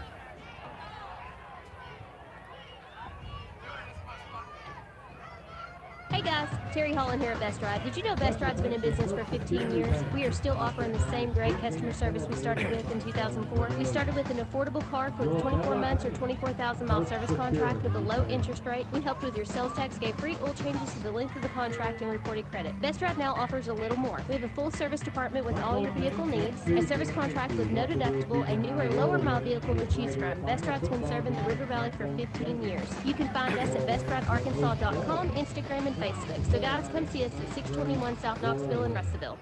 Cyclones trailing 33-7 as El Dorado kicking off here. And it's going to be Caleb Gray's going to let it hit at the 9 and goes in the end zone. Automatic touchback as soon as it crosses the goal line there. On that scoring summary, they go 25 yards in one play. Alex Hicks, the running back, hitting Jackie Washington for a 25-yard touchdown pass on the halfback pass play. That comes after the interception for the Cyclones. And I tell you, the El Dorado started this second half with a drive and they scored the touchdown on a very long drive. They went 9 plays, 51 yards in 3 minutes, and then that one to hit you as soon as you turn the ball over, and you're sort of reeling a little bit. Russell's given up 14 points to start this second half, down 33-7 at the 20-yard line. Whitford back to pass, a middle screen set up. It's going to be incomplete. Trying to go to Gavin Graham. Got a lot of pressure put on Whitford trying to set up that screen. But you know that's what Vince Lombardi would do when the Green Bay Packers back in the 60s would get a turnover. The first play would usually they'd go for a bomb or go for the end zone. Russellville struggles in giving up more points than they score in the second half. They're right there with the opponents in the first half, but second half they've struggled some. Whitford going to roll to his right, spin move, a completed pass. That'll be about the 23-yard line. I think is that number 9. Okay, that's Rhett Robertson. Able to get his first completion or her first reception of the night. It'll bring up 3rd down and 7 after the 3-yard pickup. 7:35 left to play here in the third quarter. Russellville trailing 33-7. This is a big 3rd down conversion. You don't go 3 and out after they've just hit you with back-to-back touchdown drives. Hard count for Whitford. They don't jump, reset. He'll check the sideline with 12 seconds on the play clock. 3 receivers to the left, 1 to the right. Short side of the field is the right. Russellville needs the 30-yard line for a first down. Whitford back to pass. Here comes a blitz from the corner. He rolls out to the right around it, still looking downfield, and he's going to step out of bounds at about the 21-yard line. He loses a couple yards on the play. Just couldn't find anybody to throw it to. And it'll bring up 4th down and 9 after the 2-yard loss. Yeah, El Dorado had good coverage at that time. 4th down and 9. Hips into punt. Hips earlier had a 51-yarder. That's his season high. They have 2 players back deep. The one they like to return is Washington. And they partially block it. It's going to be caught and fielded at the 24-yard line. This guy may run it in for the touchdown. He does. Wow. Number 7, Jamel Love took the partially blocked punt and scrambled 24 yards for the touchdown. Yeah, that wasn't a bad punt. That was a play by El Dorado. They had determined they were coming after him before the ball was snapped. Winds up going as a 3-yard punt and a 24-yard return for the touchdown. Grayson Hubbard on to try the extra point. And the kick is long enough, and it's good. That makes it 40-7. Well, when it rains, it pours.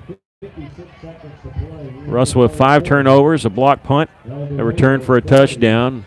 They got a big hole with 6:56 left to play here in the third quarter, trailing 40-7. We'll take a break. You're listening to Cyclone Football in River Country, KCJC.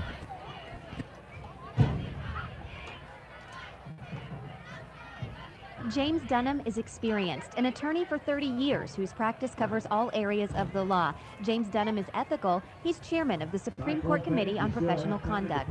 James Dunham is fair. He's known for his respectful treatment of others. He's a man of judicial temperament and sober judgment. Elect James Dunham, Circuit Judge. Paid for by the Dunham campaign.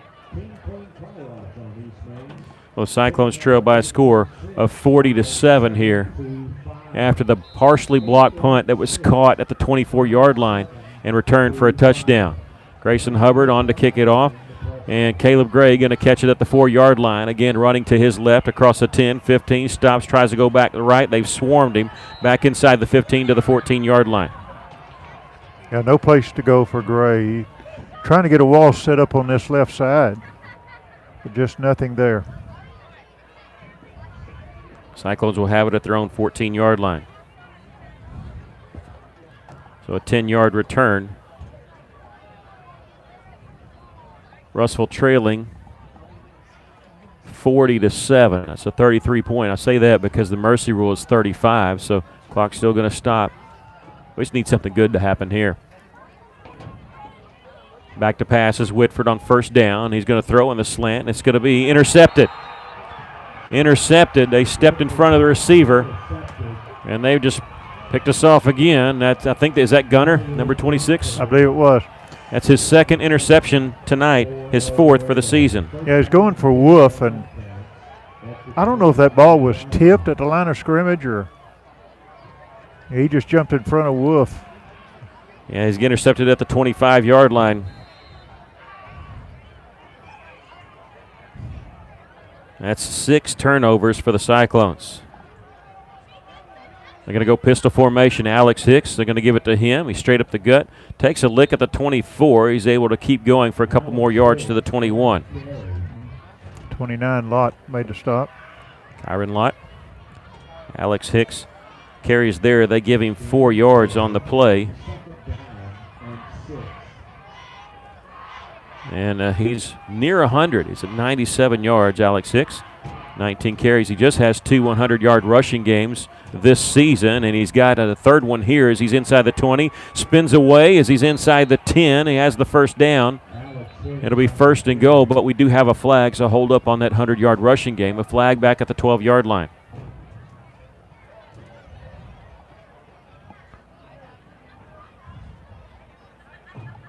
Officials are mic'd. I'm trying to. Personal foul, face mask, defense. Half the distance to the goal. All right, we have a personal foul, face mask defense. Usually a 15-yard penalty, but it's a half a distance to the goal situation here, so it winds up going as a 4-yard penalty. First down and goal for the Wildcats, 4-yard line. Alex Hicks in the backfield, pistol formation. He'll probably get it again. He's going to bounce it out to the right side. He's going to be hit behind the line of scrimmage. He keeps going, leans forward. Does he get in?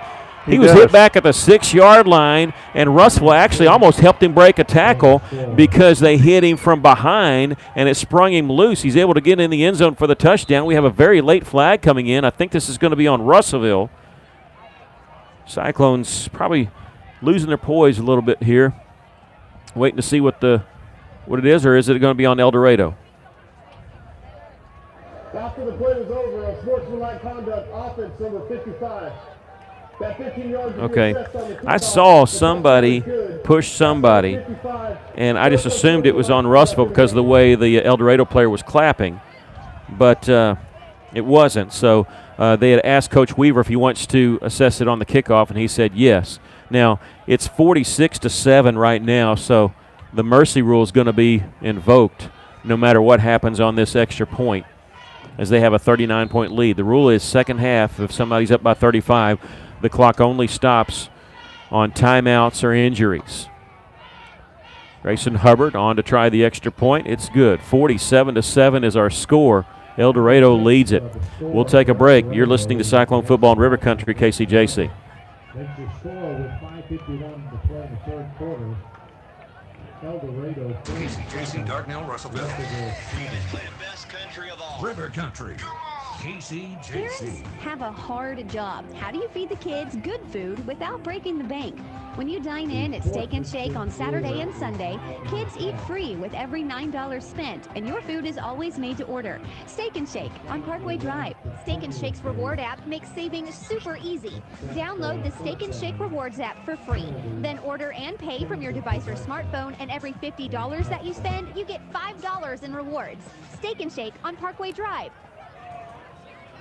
Well, you know, we're going to kick off here after the penalty, and El Dorado going to kick off from the 25-yard line.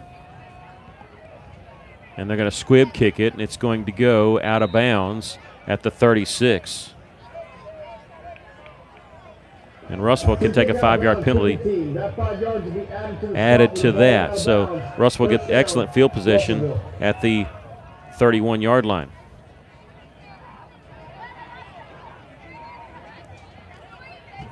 Well, 5:51 left to play here in the third quarter. The Cyclones trailing 47-7.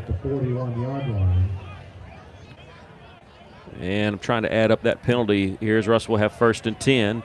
That's 4 penalties on El Dorado. Sorry, 5 penalties on El Dorado for a total of 40 yards. Whitford, the quarterback.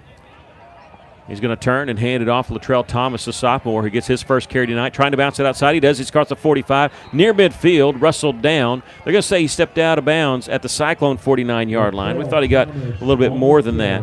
But Latrell, good carry. As he gets 8 yards, it'll bring up 2nd down and 2. No, he got first. They're giving him first down. Okay, that's what I thought. The first official came in and said 49 of Russellville. The next one comes in and said 49 of El Dorado. So Cyclones get the first down. That's brought to you by Beeson Roofing Solutions here on River Country KCJC. 2 receivers to the left, 1 to the right. Pistol formation. Latrell Thomas again straight up the gut on the draw play. He'll get a yard, maybe 2, to the 47-yard line before stacked up and pushed backwards.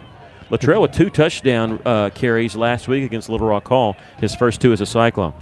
Russellville's been very successful going to the outside, either running or passing, and I feel like they should go back to that. The little screen passes have worked. El Dorado has no defense against those.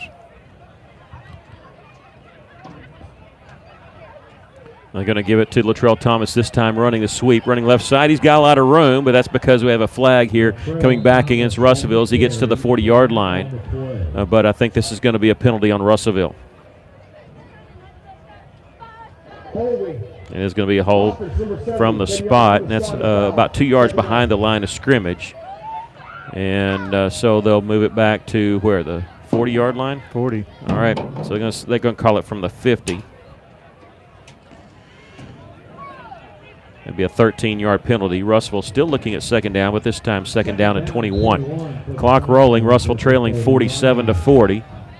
It's just been awful second half. Russellville trailed at halftime 19-7. Back to pass is Whitford throwing. He's got Brady Burnett out in the flat. He's across the 45 before being pushed out of bounds at about the 46-yard line. It's a good pass, good safe pass, getting some yards. Stop. Well, you're not stopping the clock. No, not going to stop the clock when it's mercy rule. Burnett, though, his 3rd catch tonight for 26 yards. 3:13 left to play just in the 3rd quarter, trailing 47-7. They've gotten 4 touchdowns here in the 3rd quarter. El Dorado has. Back to passes Whitford. He's going to have to step up in the pocket, and he's going to be sacked back at the 43-yard line. And we have a flag coming in. He was sacked by Josh Hill. I think it's a horse collar or a mask, face mask. We'll listen to the man in the white hat. If he comes on here, they've got the flag at the 43-yard line of Russellville. Personal foul, face mask, defense number 52. Got 15 yards added to the end of the run. 3rd down. Okay, so from the 43-yard line, there's no automatic first down in high school football. But that gives the Cyclones 3rd down and 3 from the 42-yard line of El Dorado. Whitford back to pass, looking left, throwing complete to Reed Wolf. He's got the first down and pushed out of bounds. He's tackled out of bounds at the 33-yard line. That's a Beeson Roofing Solution first down.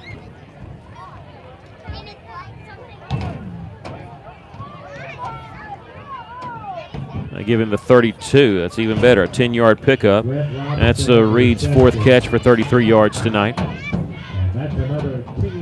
2 receivers to the left. That's the short side of the field. And now Latrell Thomas lining up as his S-back, so it's an empty backfield. Again, throwing to the near side. Again, complete to Reed Wolf as he gets inside the 30 to the 26-yard line. Right now, the Cyclones just taking what the defense gives them. Cyclones trailing, though, 47-7 with 1:25 left to play here in the 3rd quarter. And that little 5-yard pass just to the outside is there. That goes for 7 yards here. Again, short side of the field is the left. They're going to turn and hand it to Latrell Thomas, trying to follow his blockers. I don't think he's going to make the line of scrimmage. He'll lose a yard on the play. It'll bring up 3rd down for the Cyclones. Again, if you're just joining us, the Cyclones trailed by 12 at halftime, 19-7. In this 3rd quarter, El Dorado's had 4 touchdowns. And they've had 1 that was a long drive of 51 yards on 9 plays. And a couple of turnovers by Russellville's led to a couple touchdowns. A block punt that actually went for a touchdown by El Dorado as Whitford calls his own number on the quarterback keeper. And he'll get inside the 25-yard line to the 23. It'll bring up 4th down, and I call it 1. It's about 1.5 yards. Russellville has not converted a 4th down tonight. 21 seconds left to play here in the third quarter, trailing by 40. 2 receivers to each side. Latrell Thomas, the running back. On 4th and 1, they bring Brady Burnett in motion. 10 seconds on the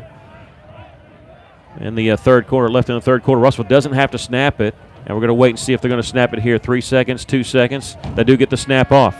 They're going to throw a little quick slant. It's complete. It's got the first down. That's Lovelace. He leans forward inside the 20 to the 19. It's really good to see him out. Remember, he had gotten injured earlier, but he gets the first down, brought to you by Beeson Roofing Solutions. We've come to the end of the third quarter. It's not good news. The Cyclones trail 47-7. We'll take a break. You're listening to Cyclone Football in River Country, KCJC.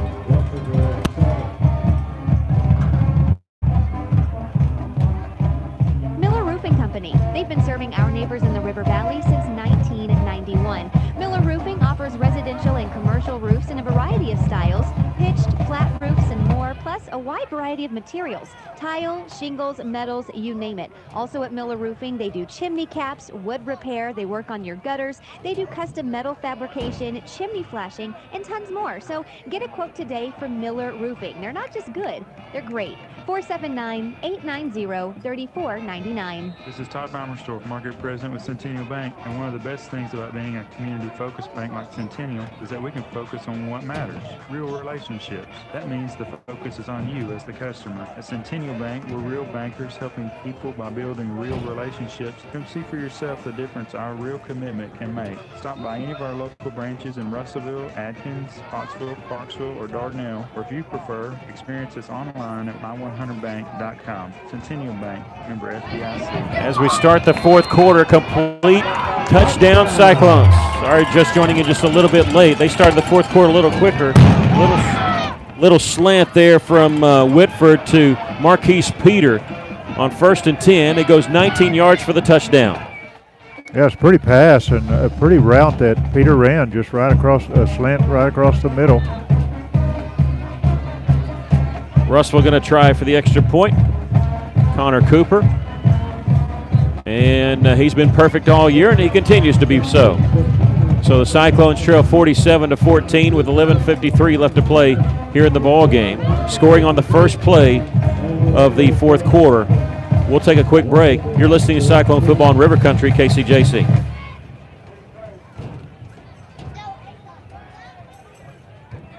Corey Beeson and the folks at Beeson Roofing Solutions are proud to support local sports in the River Valley.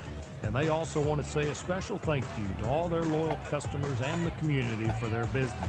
So if you have a problem with your roof, whether it be on your home or business, visit BeesonRoofing.com to see their work or call 967-2288 to schedule a free estimate or second opinion today from your local roofing experts, Beeson Roofing Solutions. We'll talk about that drive after the kickoff. Might see an onside kick here. We saw one that I thought Russell should have gotten, and El Dorado all but gave it to him, just backing away from it. Connor Cooper on to kick it, and it is going to be a sky kick. And it's going to be caught at the 32-yard line, across the 35, 40, and tackled at the 43-yard line. That is Cameron Bibby on the return.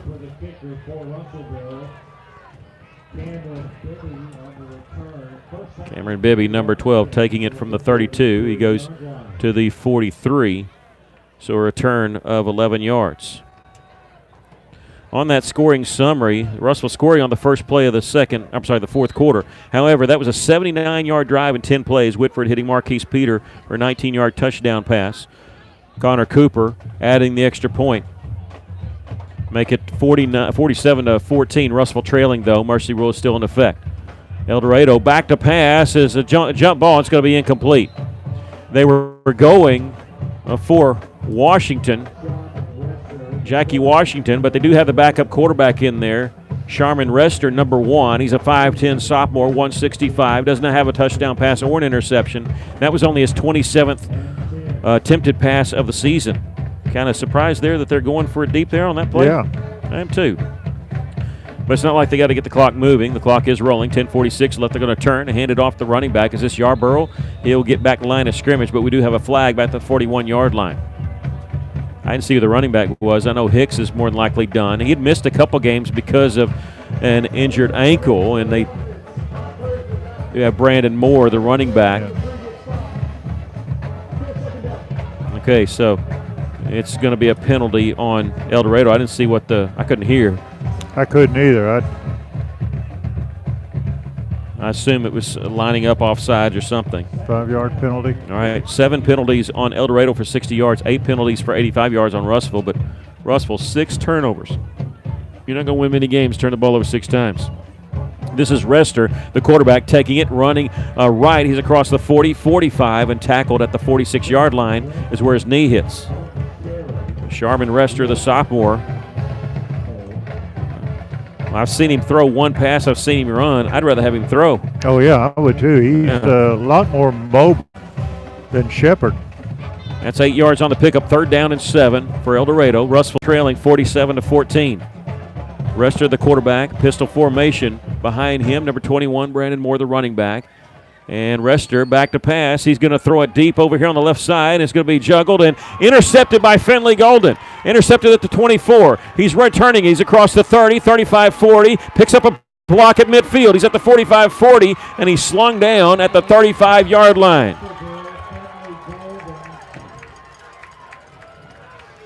Finley Golden intercepting that at the 24-yard line and returning it all the way to the 35. That's 41 yards on the return. Yeah, a good interception by Finley, and he just wrestled the ball away from the receiver.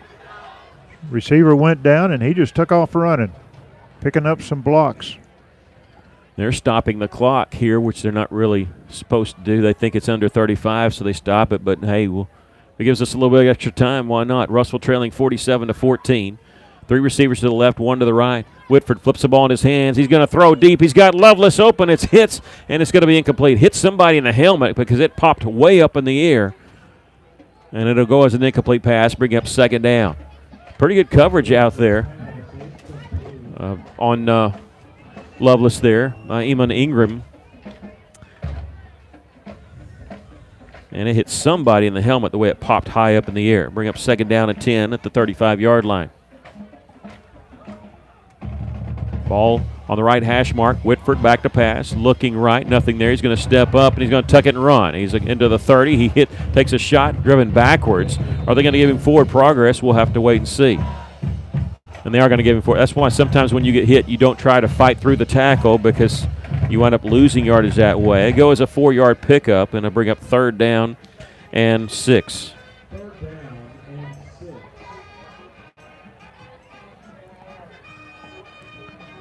Russellville needs the 25-yard line for a 1st down. 8:05 left to play here in the ball game. Cyclones trailing 47-14. Barring a miracle, the Cyclones are going to fall to 2-7 overall, 1-5 in conference. And we have a timeout called by El Dorado. We'll take a quick break. Cyclones trailing 47-14. You're listening to Cyclone Football on River Country, KCJC.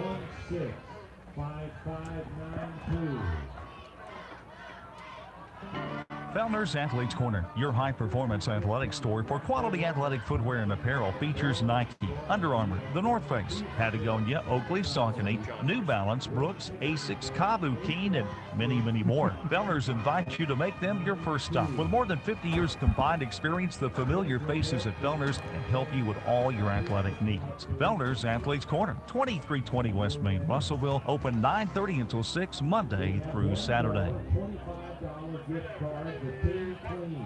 Welcome back. The Cyclones trailing 47-14. 7:54 left to go in the game, and El Dorado calling a timeout. I just wonder if they had too many men on the field or want to get some different personnel in there. Not sure. When you're leading by 33, usually you're not using timeouts for the defense. Russellville looking at 3rd down and 6 from the 31-yard line of the Wildcats. Ball on the right hash mark, and we were ready to play, but the man in the white hat was over there on the El Dorado sideline talking to the coach over there. Now we're ready. Latrell Thomas motions out of the backfield. Empty backfield. Whitford looking right, short side of the field, complete to Marquise Peter. He spins, and he gets the 20-yard line. That's enough for a Beeson Roofing Solution 1st down here on 102.3. I'm going to give him right at the 20. Pickup of 11 on the play. You have to like the way Russellville's moving the ball. That's 6 catches for 84 yards for Marquise. Going to turn and hand it Latrell Thomas, following his blockers inside the 20, bouncing it outside to the 15, to the 14-yard line. A pickup of 6 for Latrell. And Luttrell did not touch the ball in the first half. Here in the second half, he's got 4 carries for 17 yards. They give him the 14-yard line. It'll be 2nd down and 4. He stays in the game to the right of Whitford, the quarterback. 2 receivers to each side. 7 minutes left to go in the game. Cyclones trailing 47-14. Man in motion's Lovelace. Whitford looking for the end zone. Marquise Peter, he catches it, lost it. Had it held with his hands above his head, came down with a foot, but as he went to the ground, he lost it. It was close. Almost hung on. Again, that does not stop the clock because of the mercy rule's in effect. The Cyclones still battling, trying to not quit, just trying to work on some things here on offense. Looking at 3rd down and 4 from the 14-yard line of El Dorado. 6:25 left to play the ball game. Empty backfield for Whitford. He's going to take it Tebow style himself. He's going to be hit hard beyond the line of scrimmage. Gets to the 12-yard line. He's about 1.5 yards shy of the first down. Boy, it's hard to run up the middle against this El Dorado defense. Yeah, they got a couple guys that are very good. Quentin Frazier, number 48, their leading tackler, is actually defensive end. Came in this ball game with 14 tackles for a loss. And Russellville on 4th down at about 1.5 yards is going to go for it. They need just inside the 11-yard line for a first down, trailing 47-14. Again, empty backfield. 3 receivers to the left, 2 to the right. Whitford back to pass, going to throw the middle of the field, and it's going to be incomplete. A little bit behind the wide receiver. Was that Lovelace? So he took a shot. That's Brady Burnett. He took a shot. Tried to reach back with both hands. He got hands on it, but couldn't haul it in. And he's slow to get up, but he is up. And Cyclones turn the ball over on downs at the 12-yard line of El Dorado. 5:38 left to play here in the ball game. And the clock continues to roll because of the mercy rule. Mercy rule stops the clock only when it's timeouts or an injury. El Dorado back with their second unit, Sharman Rester, the quarterback, number 1. Their running back is Brandon Moore. Rester back to pass, being flushed out of the pocket, rolling to his right. He's going to keep it himself. He's across 15, 20, 25, and he's going to be tackled out of bounds at the 30-yard line. And that was not a designed quarterback draw as he was back to pass. And I know they're just working on some things, but just kind of a little bit surprised on that. Mm-hmm. They're going to say he stepped out at the 29, so a pickup of 17 by Rester. He's got 2 carries for 25 yards. Pistol formation. Running back is Moore. Rester, the quarterback, back to pass. Looking left, he's got man-on-man coverage, and it's going to be complete at the 40, 30, 25, 20, 15, 10, 5, touchdown. Touchdown pass to C.J. Cook of 71 yards.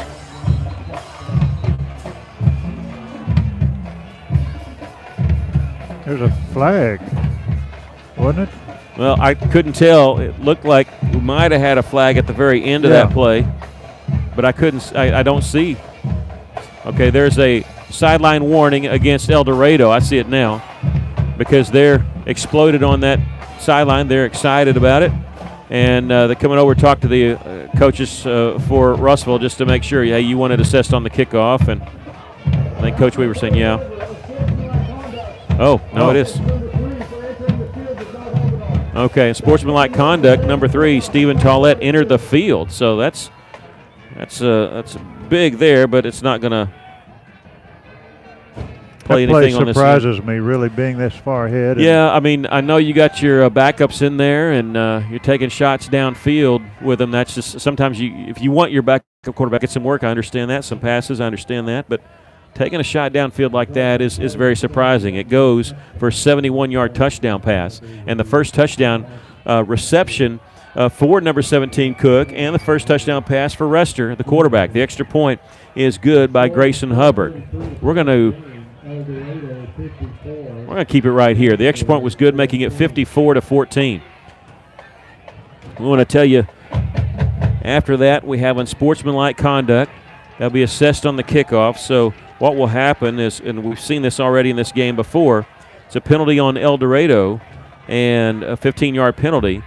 But Stephen Tollett, he's lucky he's not tossed from the game. Usually when you enter the field to play like that, but he was celebrating. So There wasn't anything malicious about it, but they're going to back them up, and they're going to have to kick it at the 25-yard line. So on that scoring summary, they go 88 yards in 2 plays. Sharman Rester hitting C.J. Cook, a 71-yard touchdown pass.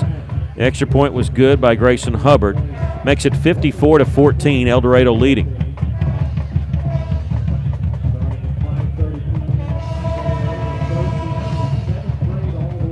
Sometimes when you watch games like this, and after what just happened, you're kind of interested to see them shake hands at the end. You don't know if anybody took offense to any of that stuff going on. They're going to kick it. It's going to be a sidewinder back up. Caleb Gray, he drops it at the 16, picks it up, running across the field at the 20, 25, trying to get that left corner. He spins back to the 20, now back inside the 20, back to the 14. He's got a wall set up ahead of him. He's across the 30, 35, 40. Got a couple blockers he's going to have stop, and he backpedals even more. Back towards the 40, picks up another block. Flag flies, and he's going to be tackled at the 40. Another flag coming in. Well, he ran a long, long way. Eventually goes from the 16 to the 40-yard line, and El Dorado running out on the field. They may get another entering the field of play situation going on here. Well, you just don't want to call too many people out, but I'm really surprised that I understand the exuberance.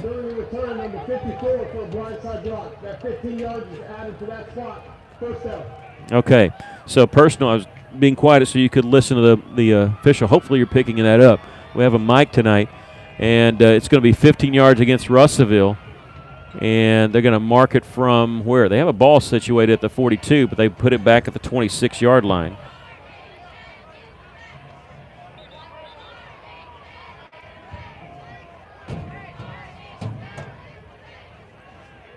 Okay, so that's where Russell will take over at the 26-yard line. And then Russell set up taking the ball at the 41, but they're marking it back to the 26. One official's back there at the 26 saying, hey, everybody, he's even having to tell the other officials, it's way back here, guys.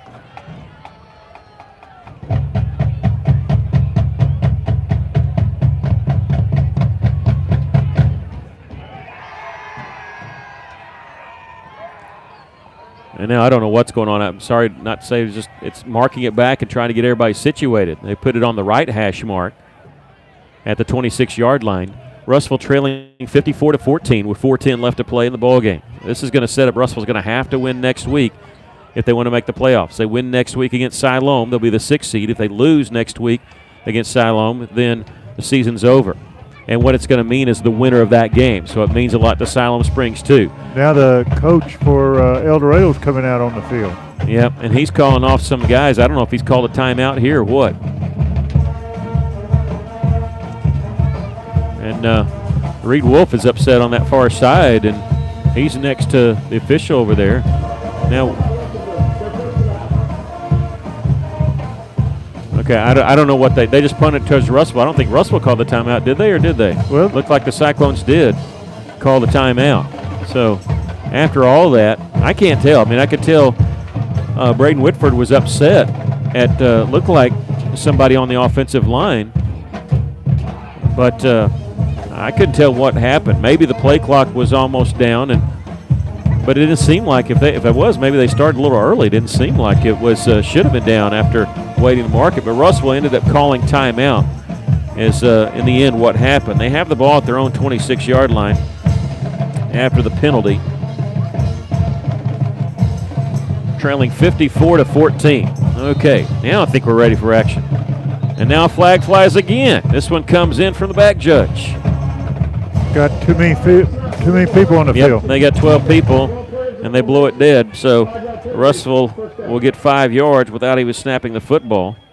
Well, I think originally what it was, the coaching staff of Russellville was upset. We got called for a personal foul, but no flag for them coming out on the field. Yeah, they were definitely on the field. They were past the numbers. On 1st and 5, they're going to turn, hand the ball off, and let's see. They're going to get the ball's on the field. The ball's on the turf, and it's going to be covered by the quarterback. Is that Jesus Herrera, number 18, who had come in?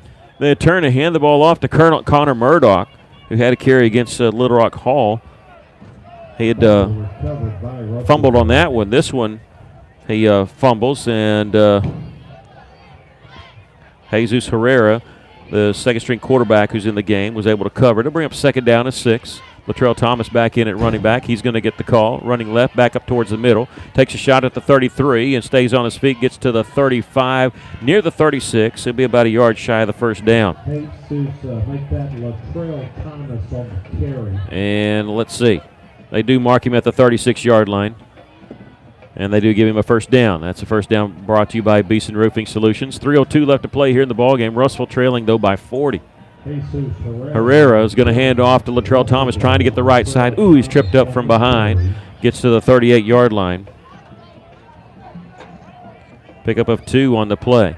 He's got 6 carries for 25 yards. Russell, 273 yards of offense tonight. Boy, just the way the third quarter started. 4 touchdowns for El Dorado in that third quarter. And that's been the ball game. Russell trailed by just 12 at halftime.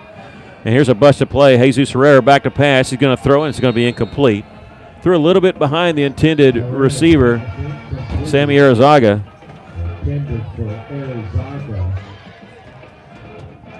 Arizaga, number 13. Behind him, never had a chance at it. It'll bring it 3rd down and 8. 2:03 left to go in the game. Mercy Rule's rolling it. Jesus Herrera, 2 receivers to each side. He's going to give it to Latrell Thomas. They swallow him up behind the line of scrimmage, back at the 35-yard line. Loss of 3 on the play. Yeah, he didn't have no place to go at all. Russellville going to punt on 4th and 11. I think they're going to punt. Who knows? They may go for it here. Weaver just went out onto the field and back, and he might have said, we're going to let this thing roll down, then call timeout.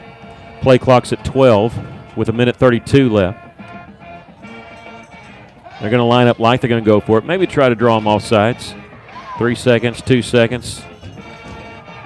Oh, they're going to go for it.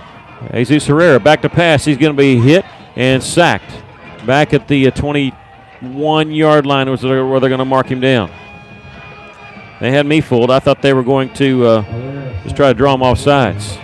Sacked back at the 21, a loss of 14 on the play. The Cyclones turn it over on downs. The clock stops here with 1:10. It's not supposed to. Not supposed to stop on change of possession. The mercy rule. And coaches are trying to get the officials' attention, trying to say, hey, the clock should be starting. And now they're going to start it. They should have already started it. Now it's rolling. And looks, are they going to take a victory formation? Does look like they're finally going to do that. They do have Sharman Rester in there, and he does take a knee. And the victory formation for El Dorado is they take a knee here. And they may not have to snap it again, depending on if the officials spot it. They spot it a little quicker than probably what they should have, so they're going to have to do it one more time. And then we've come to the end of the ball game after this snap. Russell going to lose the game 54-14 here.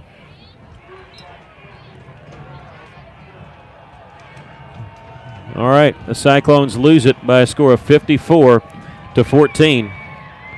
We'll take a break and come back with your postgame show. You're listening to Cyclone Football in River Country, KCJC.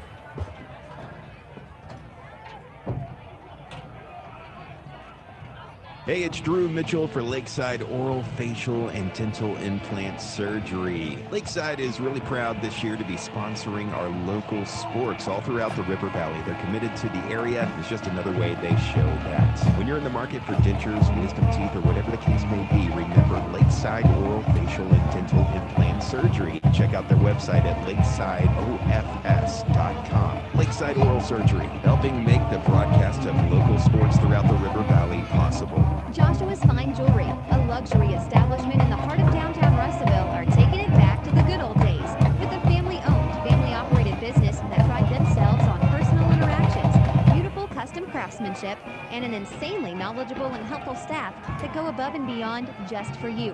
Joshua's Fine Jewelry is giving a huge shout out to all of our local River Valley and Natural State athletes. You guys are the real MVPs. Be sure to like Joshua's Fine Jewelry on Facebook today and go and give him a visit in downtown Russellville at 310 West Main Street. Hey, it's Drew and Mitchell for Bring a Steakhouse off Main Street in Russellville. Bring a Steakhouse, very proud to be sponsoring the local sports right here in the River Valley with a commitment to community and a commitment to great service and a great dining experience. Not to mention the best cuts of meat. They have prime cuts, which is even better than choice. Check out the sirloin, especially. Best sirloin, in my opinion, in the River Valley, possibly the world. Bring a Steakhouse in Russellville, help making possible the broadcast of our local athletics in the River Valley. How many times have you had to go without your heating or your air unit when you needed it most? Your family's freezing or sweating and they look to you for relief. You call someone and they say it's going to cost an arm and a leg to fix. Do you really feel like you have a choice? Well, now you do. Call Tony at Arkansas River Valley Heating and Air at 479-964-4004 for a free second opinion from a guy you can trust to take care of you and your family and get that unit running without all the extra charges. Arkansas River Valley Heating and Air. How can I help you? Can you turn on the porch light? I can't see anything. Sorry, I didn't get that. Not every innovation is helpful, but the new ITMs at First State Bank can help you achieve your banking needs at the push of a button. Interact with local tellers, cash a check, and more, right from your car. Plus, ITMs are open weekdays from 7 to 7. To learn more about First State Bank's new innovative services, go to fsbitm.com. Maybe you're moving some dirt around the house, got jobs to do, things you need to get finished, and equipment to move. Well, maybe you don't have what you need. River Valley Tractor has it, and they have great prices and great people. Family owned and operated, they treat people like you would expect to treat family. Whatever you're looking for, Kubota has you covered. Construction equipment, farm equipment, zero-turn mowers. Go by today and see the family at River Valley Tractor, 702 Weir Road in Russellville. River Valley Tractor. Welcome back. The Cyclones lose by a score of 54-14, and of course I'm a Russell graduate Cyclone fan, and I'm going to try to be as objective as I can. At the end of this game, when we went to break, usually what happens after a game is both teams line up at the 50 and they walk through and shake hands, and after them scoring that touchdown with their backups throwing it deep, we wondered, because kind of focused in on that. But when the horn sounded, El Dorado's team, instead of lining up, ran towards the end zone to celebrate the victory and clinching a spot in the playoffs. They're no worse than a 6 seed, more than likely a 5 seed if they beat Little Rock Hall last week. Well, Russellville stayed back because they thought they were going to shake hands, but nobody really for El Dorado came back and got the team back. And so Russellville's coaches pushed their guys back. El Dorado went back near midfield after I think their coaches said something to them of trying to get them squared away. And then what Russellville did is they sent their team into the indoor facility, and there were some words between both coaching staffs. I'm not going to say who it was because I really couldn't tell who it was. I'm not saying it was anybody specific or a lot of people, but I know there was one El Dorado coach that was having to be restrained through all that. Russellville's players are in the indoor facility. There's parents out on the field because usually what happens is the parents come, take pictures with their kids at the end of the ball game. El Dorado just now walking off the field through all that. Russell's in the indoor facility with the door shut. They have a big garage door thing that instead of doing that, and I think it was, being objective as I can, I think it was, okay, you don't want to shake our hands, then we're going to take our team into the facility. I don't want to put words in our coaches' mouths, but that's the way it seemed anyway. But it'll be interesting to talk to some people who were down there to get the real story on that. Well, since I graduated from Hector, I don't have to be as objective, do I? No. I think it was not a good thing for El Dorado to throw a 78-yard bomb during the Mercy 71, rule. But 71. Still, yeah. I don't know. I know if you get a team down, you want to put your foot on them and keep them down, keep them from coming back. But this is Mercy rule. Yeah. This is not like we're 7 points ahead. No, it was a 33-point game at that time, and so that's why we were kind of focused on it. But Russell's still lining up to shake hands. But El Dorado's team took off running down the sideline and into the end zone, and they didn't seem like they were trying to pull them back at all. And so, that's what happened with that. And Russellville does lose the game here, 54-14. So aside from that, and I will say that we will post our stats later on our Facebook page. But aside from that, what did you think